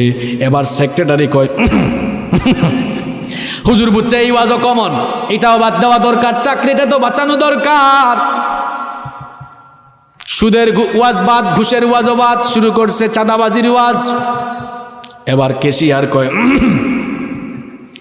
হুজুর বলে এই ওয়াজও কমন পড়ছে, ওয়া আখির দাওয়ানা আলহামদুলিল্লাহ রাব্বিল। হাসিয়েন না, হাসিয়েন না আপনারা, আমি কি বানায় বলি না, এগুলো আছে সমাজে। যেই হুজুর সমাজের সুদখুর ঘুষখুর আর চাঁদাবাজদের ভয়ে হক কথা বলতে পারেন না, প্লিজ রাসূলুল্লাহর মিম্বর ছেড়ে দিয়ে মাটি কেটে ভাত খান, আপনার জন্য মর্যাদার হবে। আর যদি আপনি রাসূলুল্লাহর মিম্বরে বসেন সুদখুর ঘুষখুর চাঁদাবাজ টেন্ডারবাজ কাউকে ভয় না করে হক কথা বলতেই হবে আপনাকে।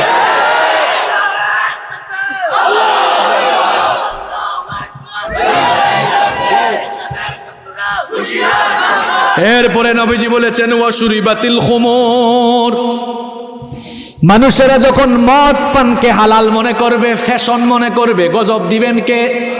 এখন মদ পান ফ্যাশন হয়ে গেছে। টিভিতে দেখলাম কিছু নর্তকীদেরকে র্যাব ধরলো, তারপরে এদের, আমরা তো ড্রয়িং রুমের মধ্যে কত জিনিস সাজায় রাখি, তারা মদের বোতল সাজায় রাখছে। টিভিতে রিপোর্ট আপনারা দেখেছেন, জবানবন্দিতে তারা বলে এমনি এগুলা সাজায় রাখছি। আমি কি বানায় বলেছি নাকি? এগুলো কিন্তু গজব আসার কারণ। এই জন্য করোনা নামক গজব আসা যদি বন্ধ করতে হয়, মসজিদকে সীমিত পরিসরে নয়, বরং এই মদ আর ক্যাসিনোর বার বল বন্ধ করে দাও। যা বন্ধ করে দরকার সেগুলো বন্ধ করেন। ওয়ালু বিসাল হারির, নবীজি বলেছেন মানুষ যখন রেশমি পোশাক পরিধানকে হালাল মনে করবে, গজব দিবেন কে? মিলান আপনি, গজব কি এমনি এমনি আসতেছে মিয়া? একদিকে আপনি মদ খাবেন, আবার আপনি স্যানিটাইজার দিয়ে হাত ধুবেন, মনে করছেন শেষ, করোনা কিন্তু তোরেই আগে ধরবে। কারণ নবীজি বলেছেন শুরিবাতিল খুমুর, মদ পান যখনই কোনো জাতি হালাল করে এদের উপরে গজব পাঠান কে?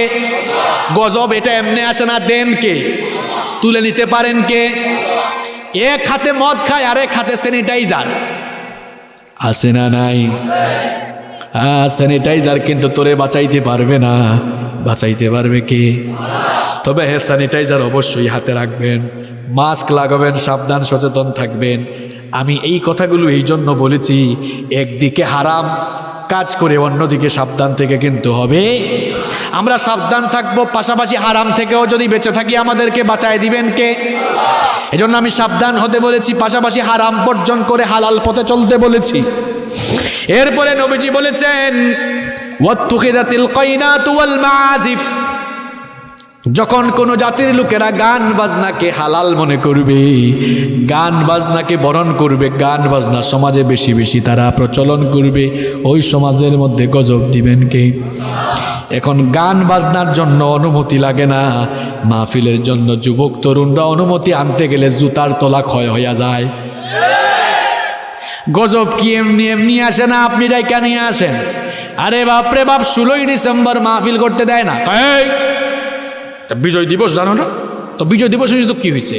বিজয় দিবসে তো কোরআন তেলাওয়াত, কোরআনের মাহফিল আরো বেশি হওয়া দরকার। কারণ এই দেশের স্বাধীনতার জন্য যারা নিজের জীবনকে কুরবানি দিয়েছেন, সোনার টুকরা সন্তান যারা বীর মুক্তিযোদ্ধা, তাদের অবদানের কারণে, তাদের জীবন বিলিয়ে দেওয়ার কারণে, তাদের শাহাদাতের কারণে, শহীদ হওয়ার কারণে আমি আপনি এখন প্যান্ডেলের নিচে বসে কথা বলার সুযোগ পাইছি। তাদের কাছে ঋণী কম না বেশি? হ্যাঁ, মুসলমানের সন্তানরা সবাইকে বলতেছি, একজন লোক সাঁতার জানে না, নদীতে ফেলে দেওয়া হলো। নদীর পারে যদি কিছু মানুষ থাকে, নদীতে পড়ে যাওয়া লোকটা এদের কাছে সাহায্য চাইবে কি চাইবে না? বলবে ভাই রে একটু তুল, একটু সাহায্য কর। সাঁতার না জানা একটা লোককে নদীতে ফেলে দিলে সে যেমন অসহায়ের মতো, নদীর পারে থাকা লোকগুলোর কাছে সাহায্যের প্রার্থী হয়। কবরে শুয়ে থাকা মানুষগুলো জীবিতদের দিকে তাকায় থাকে, কখন তারা আমাদের জন্য দোয়া করবে। যাদের শাহাদাতের কারণে সোনার বাংলাদেশ পেয়েছ, তারা কিন্তু তাকায় আছে একটু দোয়া কখন করব। আর তুমি বুঝি গান বাজনা করো। এই জন্য আমি বলি, এই দেশের আলেম ওলামারা হচ্ছেন প্রকৃত দেশপ্রেমিক। কারণ আমরা 21শে ফেব্রুয়ারি আর 16ই ডিসেম্বর আসলে গান বাজনা, নাচানাচি, ফালাফালি করা নয়, কোরআন তেলাওয়াত করে, কোরআনের মাহফিল করে, জিকির আজকার, দুরূদ পড়ে আমরা শহীদদের জন্য কেঁদে কেঁদে আমরা দোয়া করি। আর তোমরা যারা আমাদেরকে স্বাধীনতার চেতনার বিরোধী বলো, তোমরাই হচ্ছ এই শহীদদের বড় দুশ্মন। কারণ তোমরা গান বাজনা করে করে শহীদদের সঙ্গে প্রতারণা করছো। যা করা দরকার সেটা করো না, রাজনীতি বাদ দাও মিয়া। বিবেক থাকলে বিবেক দিয়া বুঝো। দল মত নির্বিশেষে সবাই মিলে শহীদদের জন্য দোয়া করার দরকার আছে না নাই? যেই লোক দোয়া করবে না একটা নিমুখ হারাম। শুধু নিমুখ হারাম নয়, এর নিমুখ হারামের ঘরের নিমুখ হারাম বলতে হবে। কারণ যাদের অবদানে, যাদের শাহাদাতের কারণে দেশটা পেয়েছে, এদের জন্য দোয়া বেশি বেশি করার দরকার আছে না নাই? গান বাজনার অনুমতি লাগে না। মাহফিলের জন্য জুতার তোলা ক্ষয় হয় কেন? নবীজি বলেছেন গান বাজনা যে সমাজে বাড়বে ওই সমাজে আল্লাহর গজব বাড়বে। এই জন্য কোরআনের মাহফিল বেশি বেশি বাড়ান, আল্লাহর জিকিরের পরিবেশ বাড়ান, গান বাজনার আসরগুলা বন্ধ করেন। গজব উঠায়া নিবেন কে? তাহলে গজব আসার 3 নাম্বার কারণ বললাম, আপনাদের কি খারাপ লাগে? মানুষ যখন গুনাহের সাগরে গা ভাসায়, গজব দেন কে? কয়টা কারণ বলছি? আর 12 মিনিট থাকতে পারবেন না ইনশাল্লাহ? 11টা শেষ করবো, কষ্ট হচ্ছে আপনাদের? এরপরে নাম্বার 4, 4 নাম্বার গজব আসার 4 নাম্বার, আল্লাহ তাআলা গজব আসার 4 নাম্বার কারণ বলতেছেন, মাঝে মাঝে ইমানি তেজ বেশি হইল এই আপনার বিপদ আসে। কথাটা শুনে 4 নম্বর পয়েন্টটা বেশি গুরুত্বপূর্ণ। আল্লাহ বলতেছেন ইমানি তেজ যার যত বেশি, তার জীবনে বিপদ আপদ আল্লাহর তরফ থেকে পরীক্ষা তত। শুধু নাচ গান আর পাপাচারে যারা থাকবে তাদের উপরেই গজব আসবে না, ইমানদারদের উপরেও বিপদ আসবে। অনেক মানুষ আছে মূর্খ, কোরআনটা তো ঠিক মতো, আরে ভাই কোরআন গবেষণা করবে দূরের কথা, সে এখন আউযুবিল্লাহ বিসমিল্লাহ শুদ্ধ করে পারে না। হে বলে এত বড় হুজুর, এত বড় আলেম, এত বড় হুজুর, এত বড় আলেম, সে কেন আজ এই অপরাধী বুচ্ছি তলে তলে কিছু করছে? এর মানে আপনি কোরআন পড়েন নাই। সূরা আনকাবুত ওপেন করেন, আল্লাহর কালাম হাতে নেন, 29 নম্বর সূরা আনকাবুত খুলে দেখেন, প্রথমেই আল্লাহ বলেছেন আহাসিবান নাসু আইয়ুতরাকু আইয়াকুলু আমান্না ওয়া হুম লা ইফতানুন। আল্লাহ বলেছেন মানুষ কি মনে করেছে ইমানের ঘোষণা দিলেই তারা নিস্তার পাবে? ইমানের ঘোষণা দিয়েছে এরপরেই কি আমি তাকে ছেড়ে দেব নাকি? ওয়া হুম লা ইফতানুন, আমি কি তার ইমানের পরীক্ষা নেব না? আল্লাহ বলেছেন ওয়ালাকাদ ফাতান্নাল্লাযীনা মিন ক্বাবলিহিম ফালায়া'লামান্নাল্লাহুল্লাযীনা সাদাকু ওয়া লায়া'লামান্নাল কাযিবিন। আল্লাহ তাআলা বলছেন অবশ্যই আমি তোমাদেরকে, আমার রোজাও জিহাদের অংশ, যাকাতও জিহাদের অংশ, কারণ আমরা এই ইবাদতগুলো করি শয়তানের বিরুদ্ধে। পরাজিত করে এখানে বসেছেন, সময় কুরবানি করে এখানে আপনারা বসেছেন, তাহলে সমস্ত ভালো কাজ হচ্ছে জিহাদের অন্তর্ভুক্ত। অনেকে মনে করে যুদ্ধটাই জিহাদ, না, যুদ্ধের আরবি হচ্ছে কি না যুবকরা? ওয়ার মানে কি? যুদ্ধ, এটাকে আরবিতে বলা হয় হারবন।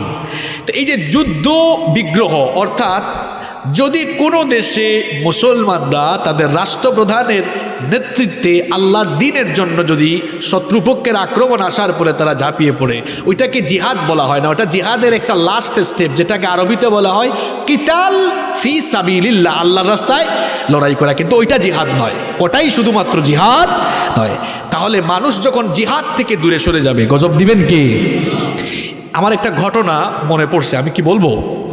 ছোট্ট ঘটনা শোনেন। এই যে একটু আগে ফেরাউন আর তার দলবলের কাহিনী বলছি না, এদেরকে আল্লাহ সাগরে ডুবাইয়া মারলেন, আর মুসা নবী তার উম্মত সহ আল্লাহ সাগর পাস করে নাজাত দিলেন। পরবর্তী ঘটনা আমরা অনেকে জানি না, এর পরবর্তী ঘটনা আমরা অনেকে জানি না। পরবর্তী ঘটনাটা কি ঘটছিল? মুসা নবী এবং তার উম্মতকে আল্লাহ আদেশ দিয়েছিলেন যে তোমরা আল আরদুল মুকাদ্দাসা, এই ঘুরায় দেন, এটা মানুষ শুনুক, শোনা যাচ্ছে? তাহলে ঠিক আছে, শোনেন। আল আরদুল মুকাদ্দাসা, কোরআনে আল্লাহ বলেছেন আল আরদুল মুকাদ্দাসা, পবিত্র ভূমি, অর্থাৎ বাইতুল মুকাদ্দাস এবং সিরিয়া তার আশপাশের সব অঞ্চল, এখানে তোমরা চলে যাও। সেই সময় ওই অঞ্চলকে দখল করে রেখেছিল আমালেকা সম্প্রদায়। যুবকরা শোনো, কোন সম্প্রদায়? আমালেকা। সেই সময়ে আমালেকা সম্প্রদায় ছিল পৃথিবীর সবচেয়ে সুপার পাওয়ার, অনেক শক্তিশালী। আল্লাহ বললেন তোমরা ওখানে যাও, এরা তোমাদেরকে বাধা দিবে, কিন্তু তোমরা বাধা দিলে এদের সাথে যুদ্ধ করবা। ওদের কাছে অনেক অস্ত্র থাকতে পারে, ওদের কাছে অনেক শক্তি থাকতে পারে, তোমরা যাও, আমি আল্লাহ ফেরেশতা পাঠাইয়া তোমাদেরকে আমি মদদ দিব, বিজয় দিব। সুবহানাল্লাহ। আল্লাহ সুস্পষ্ট ঘোষণা দিলেন, যাও আমি বিজয় দিব। এর চেয়ে বড় ঘোষণা হইতে পারে আর? এরা এবার মুসা নবীর সাথে গেল, যুদ্ধের ময়দানে গিয়ে এদের শক্তি সামর্থ্য দেখে তারা বলল, মুসা আমরা পারবো না, ইযহাব আনতা ওয়া রাব্বুকা ফাকাতিলা ইন্না হাহুনা কাঈদুন। মুসা তুমি আর তোমার আল্লাহ গিয়ে যুদ্ধ করো, আর আমরা এখানে দাঁড়ায় দাঁড়ায় দেখি। কেমন ঘাড় তেরা জাতি, চিন্তা করছেন? যুদ্ধের ময়দানে যুদ্ধের জন্য গিয়া কয়, মুসা যাও তুমি আর আল্লাহ মিলে যুদ্ধ করো, আর আমরা দাঁড়ায় দাঁড়ায়। আল্লাহর অবাধ্য হওয়ার কারণে কি গজব দিলেন আল্লাহ? শোনেন আমার কথা, কি গজবটা দিলেন আল্লাহ, কি গজব দিলেন? ওই তীর প্রান্তরে আল্লাহ এদেরকে 40 বছরের বন্দি করে রাখলেন। কত বছর? এমন বন্দি, এটা কোনো এমন একটা জেলখানা, যে আপনারা হয়তো জেলখানা অনেকে দেখছেন, কি থাকে, শিকল থাকে, তাই না, গ্রিল থাকে, এরকম কোনো গ্রিল টেন নাই, কিন্তু এমন জেলখানা প্রত্যেক দিন সকালবেলা তারা হাঁটা শুরু করে মিশরে যাওয়ার উদ্দেশ্যে। সকালবেলা হাঁটা শুরু করে সন্ধ্যাবেলা দেখে যে সকালবেলা যেখান থেকে হাঁটা শুরু করছে আবার ওই জায়গাতেই আসছে।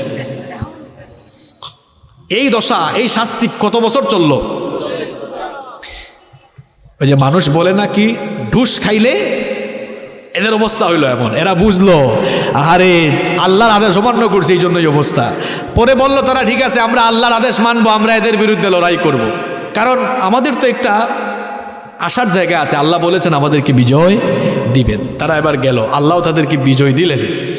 এরপরে আল্লাহ বললেন, শোনো, বিজয়টা তো তোমরা ছিনাইয়া আনো নাই, বিজয়টা দিয়েছেন কে? একটু জোরে বলেন কে? মজার ঘটনা এবার শুনেন।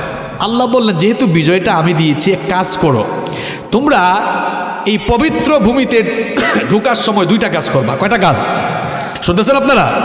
2টা কাজ। দেখেন আল্লাহ তাআলা কোরআনুল কারীমের 2 নম্বর সূরা সূরাতুল বাকারা এর 58 নম্বর আয়াত থেকে বলছেন, ওয়া ইয কুলনা দখুলু হাযিহিল ক্বরয়াতা ফাকুলু মিনহা হাইথু শি'তুম রাগাদাও ওয়াদখুলুল বাবা সুজ্জাদাও ওয়া কুলু হিত্তাতুন নাগফির লাকুম খাতায়াকুম ওয়া সানাজিদুল মুহসিনিন। আল্লাহ তাআলা বলছেন, আর যখন আমি তাদেরকে বললাম এই নগরীতে প্রবেশ করো, আর যা মন চায় ইচ্ছা মতো আহার করো, আর ঢোকার সময় 2টা কাজ। কয়টা কাজের কথা বলছি? শোনেন এবার ঘটনা কি ঘটলো। আল্লাহ বললেন, বিজয় তো আমি, এটা 1 নম্বর কাজ। আর 2 নম্বর, ঢোকার সময় বলবা নাগফির লাকুম খাতায়াকুম, আল্লাহ হিত্তাতুন নাগফির লাকুম খাতায়াকুম, আল্লাহ আমাদের গুনাহ খাতা আপনি মাফ করে দেন, ভুল করছি। কারণ এরা তো ভুল করেছিল, এই জন্য তো 40 বছর বন্দি দশায় ছিল। আল্লাহ কয়টা কাজের কথা বললেন দেখি কার কার মনে আছে? 1 নম্বর কি দেওয়া? মাশাআল্লাহ মনে আছে। 2 নম্বর কি চাওয়া? ক্ষমা চাওয়া। এবার শুনেন কাজটা করলো কি এরা? এরা ঢুকার সময় যখন দেখছে এত বড় অঞ্চল আল্লাহ আমাদেরকে দিয়ে দিয়েছেন, কি আর সাজদা দেওয়া? আল্লাহ বলছেন মাথা নোয়াইয়া সাজদা দে। এমন ঘাট তেরা জাতি, এরা সামনে 1 ঠ্যাং আর পেছনে 1 ঠ্যাং দিয়া এমনে ঢুকছে, মাথা সোজা করে ঢুকছে, সাজদা দেয় না। এটা করলো 1 নম্বর বেঈমানি। আর 2 নম্বর আল্লাহ বলেছেন হিত্তাতুন নাগফির লাকুম, আল্লাহর কাছে মাফ চাও। আল্লাহ বলেছেন হিত্তা, হেরা আরেকটা নুন লাগাইছে, খাওয়ার লবণ নুন না, আরবি হরফ নুন আছে না, কারণ হিত্তার জায়গায় তয়ের আগে একটা নুন লাগাইছে, হেন্তা। আলেমরা আছেন এখানে, হেন্তা অর্থ কি? গম। হেন্তা অর্থ কি? আল্লাহ বলছেন মাফ চা, আর হেরা এই শব্দ উল্টায় দেখো, হেন্তা হেন্তা মানে গম, গম, গমের মিছিলটা ঢুকছে, উল্টা করলো। আল্লাহ বললেন সাজদা দে, হেরা এমনি ঢুকছে। আল্লাহ বললেন বল হেত্তা, কই হেন্তা, গম গম। এই যে অবাধ্য হলো, এদের উপর আবার গজব দিলেন কে? কোন কোন রিওয়ায়াতে এসেছে আল্লাহ মহামারী দিয়ে এদেরকে, অবাধ্য যারা ছিল এদেরকে আল্লাহ ধ্বংস করেছেন। তাহলে বিপদ আসার, গজব আসার 5 নম্বর কারণ আমরা পেলাম, যখন আপনি জিহাদের মতো পবিত্র কাজ থেকে দূরে যাবেন, আপনার সমাজের উপরে গজব দিবেন কে? আর কষ্ট দিব না আপনাদেরকে। 6 নম্বর পয়েন্টে চলে আসছি। 6 নম্বর পয়েন্ট হলো, আল্লাহ বলেছেন যখন মানুষ, যখন মুসলমানরা বা যে কোনো সমাজের লোকেরা অন্যায় দেখে, জুলুম দেখে চুপচাপ বসে থাকবে, তখন সবার উপরে গজব আসবে, সবার উপরে। একটা ঘটনা শোনাবো আর একটা হাদিস বলবো, আলোচনা শেষ করে দিব। একটা ঘটনা শোনার ধৈর্য আছে আপনাদের? দাউদ আলাইহিস সালামের জামানায় সাপ্তাহিক ইবাদতের দিন ছিল শনিবার। আমাদের জন্য সাপ্তাহিক ইবাদতের দিন কি বার? তো দাউদ আলাইহিস সালামের সময় ইবাদতের দিন ছিল, সবাই বলেন, আল্লাহর বিধান ছিল যে দাউদ নবীর উম্মতরা যেন শনিবারের দিনে মাছ না ধরে। মাছ ধরা নিষিদ্ধ করেছেন কি? আল্লাহ তাআলা কোরআনে এই ঘটনা বর্ণনা করেছেন, ওয়ালাকাদ আলিমতুমুল্লাযীনা আতাদাউ মিনকুম ফিস সাবতি ফাকুলনা লাহুম কুনু কিরাদাতান খাসিঈন। আল্লাহ বলেছেন শনিবারের ঘটনা তোমাদের জানা আছে, এদের পরিণতি কি হয়েছিল। আল্লাহর আদেশ ছিল শনিবারে তোমরা মাছ ধরবা। এই একটা আদেশকে কেন্দ্র করে দাউদ আলাইহিস সালামের উম্মত 3 ভাগে বিভক্ত হলো। কয় ভাগে? যুবকরা শোনো, 3 ভাগে বিভক্ত হলো। এক ভাগ লোক, এরা একটু বুদ্ধিমান, এরা বলল আল্লাহ তো মাছ ধরা নিষিদ্ধ করেছে, কিন্তু মাছ আটকানো তো নিষিদ্ধ করে নাই। এরা এক কাজ করলো, কয় শনিবারে আমরা মাছ আইল বুঝেন আপনারা, আপনাদের এলাকায় আইল বুঝেন, কয় আইল দিয়া বেড়া দিয়া আটকায় রাখবো, আর রবিবারে এগুলা ধরে ধরে মজা করে খাবো। তো এই গ্রুপ আল্লাহর আদেশ মানলো না অমান্য করলো? তাহলে নিশ্চয়ই এরা অন্যায় করলো। দেখেন অন্যায়, এই অন্যায় দেখলো, দেখার পরেও দর্শক আবার 2 ভাগে ভাগ হলো। কয় ভাগে? এক শ্রেণীর মানুষ, এরা বুজুর্গ, এরা আল্লাহ আদেশ দিয়েছেন মাছ ধরে নাই, আটকায় নাই, খায়ও নাই। আবার অন্যায় যারা করতেছে এদেরকে গিয়ে বাধাও দেয় না, ওরা তারা নিজেদেরকে ভালো রাখতেছে। আর 3 নম্বর শ্রেণী, এরা মাছ ধরে নাই, আটকায় নাই, খায় নাই, কিন্তু অন্যায় দেখে চুপও থাকে নাই। এদেরকে গিয়ে বললো ভাই মাছ আটকাই দিছো কেন? আল্লাহ তো নিষেধ দিয়েছেন, খবরদার এই অন্যায়টা করো না। কয় ভাগ হয়েছে? হ্যাঁ কথা বলেন, কয় ভাগ? ঘুমাইতেছেন আপনারা? দামি কথা চলে যাচ্ছে। তাহলে এক ভাগ কি করলো? মাছ ধরলো, আটকাইলো, আল্লাহর আদেশ ডিরেক্ট অমান্য করলো। আর 2 নম্বর গ্রুপ কি করলো? চুপচাপ থাকলো, নিজেরা মাছ ধরলো না, অন্যায় বাধা। আর 3 নম্বর গ্রুপ, এরা অন্যায় করে নাই, কিন্তু অন্যায় দেখে চুপও থাকে নাই, বরং বাধা। আল্লাহ তাআলা এই 3 গ্রুপ থেকে এক গ্রুপকে গজব থেকে রেহাই দিলেন। কোন গ্রুপ? যারা অন্যায় দেখে বাধা দিয়েছে, এদেরকে আল্লাহ বাদ দিলেন, গজব থেকে বাদ দিলেন, রেহাই দিয়া বাকি 2 গ্রুপকে আল্লাহ তাআলা বনি ইসরাইলের 70,000 ইহুদিকে আল্লাহ এই অপরাধের কারণে মানুষ থেকে বানর বানায় দিয়েছে। তাহলে বলেন তো দেখি, যারা অন্যায় করলো এরা বানর হোক, কিন্তু এক গ্রুপ তো এখানে আছে, এরা অন্যায় করে নাই, এরা বানর হইল কেন? আপনি তসবিহ টিপে টিপে জান্নাত তালাশ করেন, নামাজ রোজা করেন, আর আপনার সমাজে জুলুম চলবে, অন্যায় চলবে। আপনি অন্যায় দেখে, জুলুম দেখে যদি চুপচাপ থাকেন, জাহান্নাম থেকেও বাঁচবেন না, আল্লাহর গজব থেকে আপনার মতো বুজুর্গও বাঁচবে না। ঘটনা বললাম, এবার হাদিসটা বলে শেষ দিকে যাই। বুখারী শরীফের হাদিস, নবীজি বলেছেন অন্যায় দেখে যারা চুপচাপ থাকে এদের উদাহরণ হলো 2 তলা বিশিষ্ট জাহাজের প্যাসেঞ্জার বা যাত্রীদের মতো। কয় তলা বিশিষ্ট জাহাজ? জাহাজ বুঝেন আপনারা? জাহাজ, আচ্ছা 2 তলা বিশিষ্ট জাহাজ, জাহাজের উপরের তলায়ও যাত্রী আছে, নিচের তলায়ও। এবার শুনেন, জাহাজের মধ্যে যাত্রী আছে, পানি পান করা লাগবে না? এখন পানির ব্যবস্থা শুধু উপরে আছে, নিচতলায়। নিচের তলার লোকরা পানির দরকার হলে উপরের তলায় গিয়ে পানি আনে। কারণ উপরের তলার লোকেরা বিরক্ত হয়েছে, এটা কিন্তু কিচ্ছা কাহিনী না, নবীজির হাদিস শোনাচ্ছি আপনাদেরকে। উপরের তলার লোকেরা বিরক্ত হয়ে গেল, কয় তোরা খালি বারবার নিচের তলা থেকে উপরের তলায় আসিস, হ্যাঁ ব্যাপারটা কেমন লাগে না?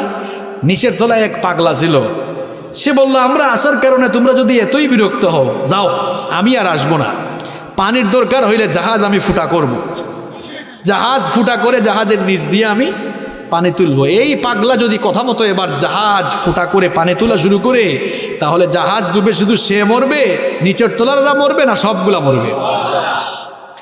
সুবহানাল্লাহ, নবীজির উদাহরণ কত সুন্দর দেখছেন।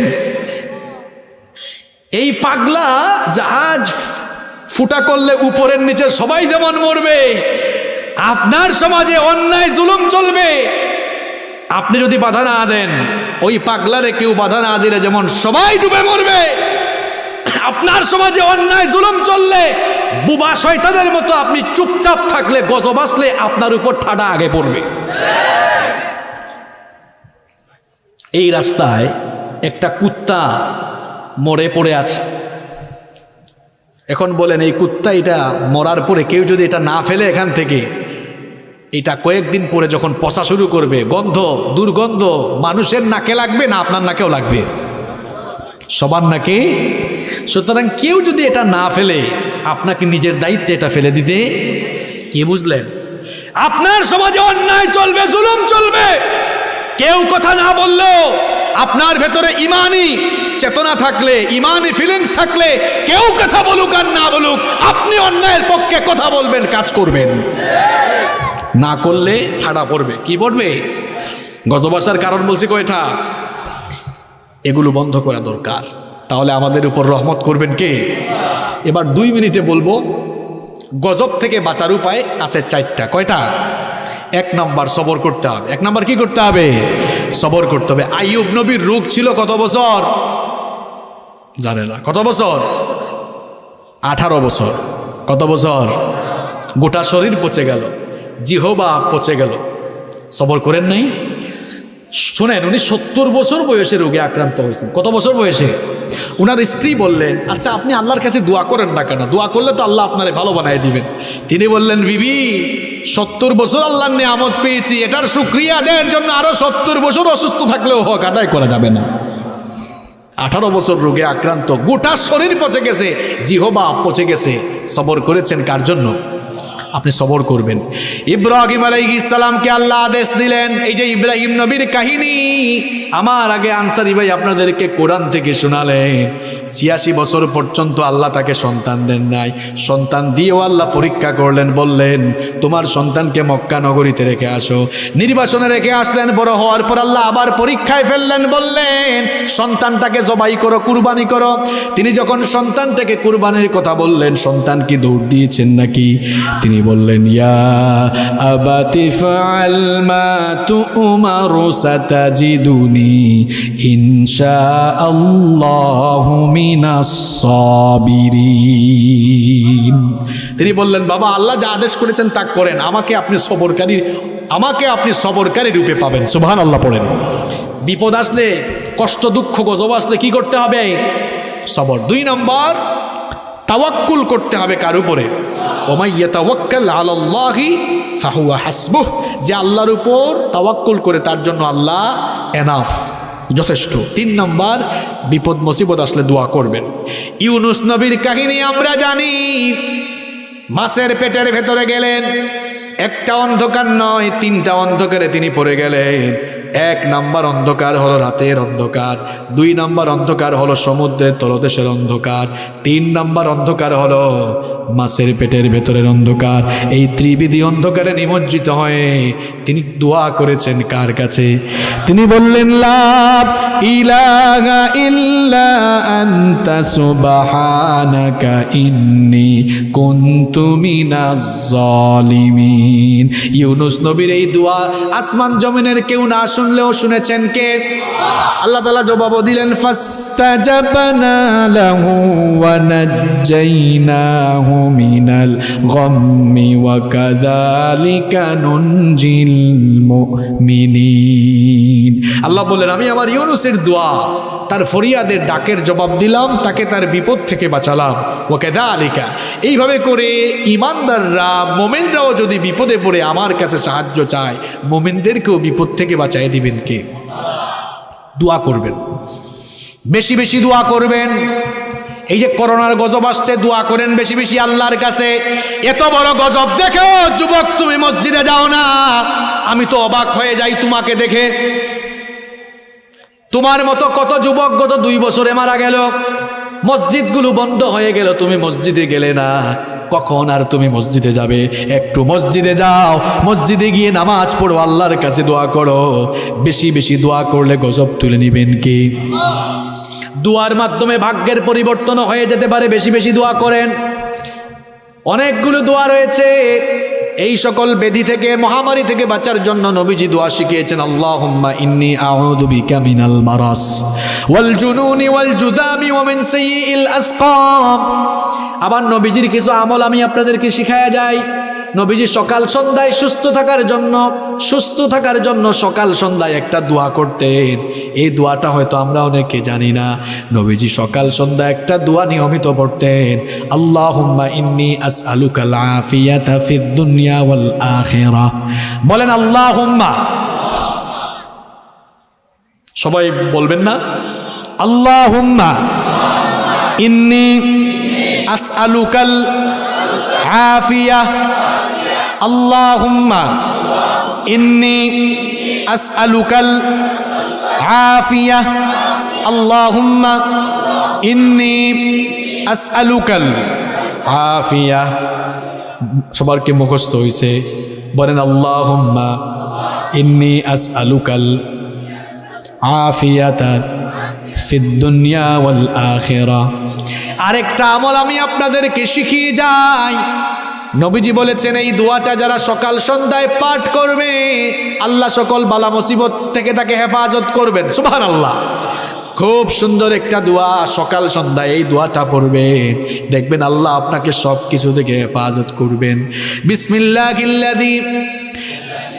বিসমিল্লাহিল্লাযী লা ইয়াদুররু মা ইসমিহি শাইউন ফিল আরদি ওয়ালা ফিস সামাই ওয়া হুয়াস সামিউল আলিম। এই দোয়াগুলো পড়বেন, তাহলে গজব থেকে বাঁচার 3 নাম্বার উপায় বললাম। বেশি বেশি কি করা? 4 নাম্বার এবং সর্বশেষ, বেশি বেশি তওবা ইস্তেগফার করবেন, বেশি বেশি তওবা করবেন। আমার আপনার নবীর নাম মুহাম্মদ সাল্লাল্লাহু আলাইহি ওয়াসাল্লাম। বলেন আমার নবীজির জীবনে গুনাহের কোনো ছিটা ফুটা আছে নাকি? জন্ম থেকে নিয়ে ওফাত পর্যন্ত, নবুয়তের আগে নবুয়তের পরে গোটা জীবন তিনি মাসুম, গুনাহের কোনো ছিটা ফুটা নাই। যেই নবীর জীবনে গুনাহের কোনো ছিটা ফুটা নাই, সেই নবী ডেইলি আল্লাহর কাছে তওবা করতেন কয়বার? 2টা হাদিস আসছে, একটা হাদিসে আসছে 70 বারের বেশি, আকথারা মিন 70 মাররা, 70 বারের বেশি। এটা বুখারী। আর মুসলিমে আসছে মিআতা মাররা, 100 বার। তাহলে 70 বারের বেশি, এটা 100 বারও হইতে পারে। তাহলে যেই নবীর জীবনে গুনাহ নাই, সেই নবী যদি ডেইলি 100 বার তওবা করেন, আপনি তার গুনাহগার উম্মত, আপনার তওবা করা উচিত ছিল ডেইলি কতবার? হে যুবক, তুমি করো কয়বার? সারাটা দিন যায়, একবারও তো আস্তাগফিরুল্লাহ বের হয় না, বরং তোমার নেতার নামের চাইতে আরো বেশি তোমার মুখ দিয়া বের হয়। এমন অকর্মা তুমি। তোমার নবী ডেইলি আল্লাহর কাছে তওবা করছেন 100 বার, তুমি করো কয়বার? এজন্য সময় পেলেই আমরা সবাই পড়বো আস্তাগফিরুল্লাহ। রাজি আছেন? মনে রাখবেন, বেশি বেশি ইস্তেগফার করার 3টা ফজিলত আছে। জোরে কোন কয়টা? আমি প্রশ্ন করব, সবাই জবাব দিবেন। এটা শেষ প্রশ্ন আজকের ওয়াজের। বলেন তো, সবার জীবনে বিপদ আপদ আছে না নাই? 1 নাম্বার প্রশ্ন, সবার জীবনে বিপদ আপদ। 2 নাম্বার, সবার জীবনে টেনশন। 3 নাম্বার, সবার রিজিকের দরকার আছে না নাই? 3 জিনিসের ঔষধ হচ্ছে একটা। 3 জিনিসের ঔষধ হচ্ছে, আবারও বলি, বলেন সবার জীবনে আপদ বিপদ কষ্ট দুঃখ আছে না নাই? 2 নাম্বার, সবার জীবনে টেনশন। 3 নাম্বার, সবার রিজিকের দরকার। একটা কাজ করেন, নবীজি বলেছেন, শুনেন, 6টা হাদিসের গ্রন্থে এই হাদিসটা আমি পেয়েছি, হয়তো আরো হাদিসের গ্রন্থে থাকতে পারে। দেখেন, আবু দাউদ, ইবনে মাজাহ, মুসনাদে আহমদ, তাবরানী, বাইহাকি, সুনানে কুবরা। কয়টা হইল? 1 হাদিস 6 হাদিসের কিতাবে নবীজি বলেছেন, মাল্লাজিমাল ইস্তেগফার, যেই ব্যক্তি সব সময় ইস্তেগফারের সঙ্গে লেগে থাকে, অর্থাৎ যেই ব্যক্তি সব সময় ইস্তেগফার পড়ে, তওবা ইস্তেগফার করে, 1 নাম্বার, জাআলাল্লাহু লাহু মিন কুল্লি দিকিম মাখরাজা। নবীজি বলেছেন, আল্লাহ তাকে সমস্ত বিপদ আপদ থেকে বাঁচায়া দিবেন, তার সকল সংকীর্ণতা দূর করে দিবেন কে? 2 নম্বর, নবীজি বলেছেন, ওয়া মিন কুল্লি হাম্মিন ফারাজা, তার সকল টেনশন, তার যত দুশ্চিন্তা রয়েছে, ইস্তেগফারের আমলের সঙ্গে থাকলে আল্লাহ তার সকল দুশ্চিন্তা দূর করে দিবেন। 3 নাম্বার হলো ওয়ারাযাকাহু মিন হাইথু লা ইয়াহতাসিব। যেই রিজিকের টেনশন মানুষ করে, সে কল্পনা করবে না, ধারণা করবে না, এমন এমন জায়গা থেকে আল্লাহ তাকে রিজিক দিবেন। রিজিকের ব্যাপারটা এমন, আজ 11 জানুয়ারি ফটিকছড়ির এই রহমতপুরে এসে রাতের বেলা খাওয়া দাওয়া করবো, এটা আমি নিজেও জানতাম না। রিজিক কারে কয় দেখছেন? আগামীকাল সকালে আপনি হয়তো চিন্তা করছেন ঘরে নাস্তা খাবেন, এমনও হইতে পারে যে রাতের বেলায় এমন কোনো ঘটনা ঘটবে, নাস্তা আপনি ঢাকায় খাইতে পারেন। রিজিকের কথা আপনি জানেন না, জানেন কি? রাজ্জাক জানেন। এজন্য আল্লাহ বলেছেন বান্দা ইস্তেগফারের সঙ্গে থাক, দেখবে তুই চিন্তা করবি না, এমন এমন জায়গা থেকে তোর রিজিকের ব্যবস্থা আমি করে দিব। সুবহানাল্লাহ। 3 জিনিসের ঔষধ এক জায়গায় আছে। 1 নাম্বার বলেছি বিপদ আপদ দূর হবে, 2 নাম্বার টেনশন দূর হবে, 3 নাম্বার রিজিকের ব্যবস্থা হবে। কি করলে? তাহলে যুবকরা সময় পাইলে পড়বো আস্তাগফিরুল্লাহ। সবাই বলেন আস্তাগফিরুল্লাহ। এই যে মাহফিল শেষ করে বাড়িতে যাবেন, পড়বেন আস্তাগফিরুল্লাহ। পড়তে পারবেন? স্কুলে যাও, কলেজে, বিশ্ববিদ্যালয়ে যাও, যাওয়ার সময় আসার সময় পড়বা আস্তাগফিরুল্লাহ। বাসে বসে কিংবা আপনার নিজের গাড়িতে চড়ে ঢাকায় যাচ্ছেন, বসে আছেন, কি করবেন? আস্তাগফিরুল্লাহ পড়বেন তো সবাই। যত কথা বললাম, আল্লাহ আমাদেরকে আমল করার তৌফিক দান করেন। সমস্ত বিপদ আপদ গজব থেকে আল্লাহ আমাদেরকে বাঁচায় দেন।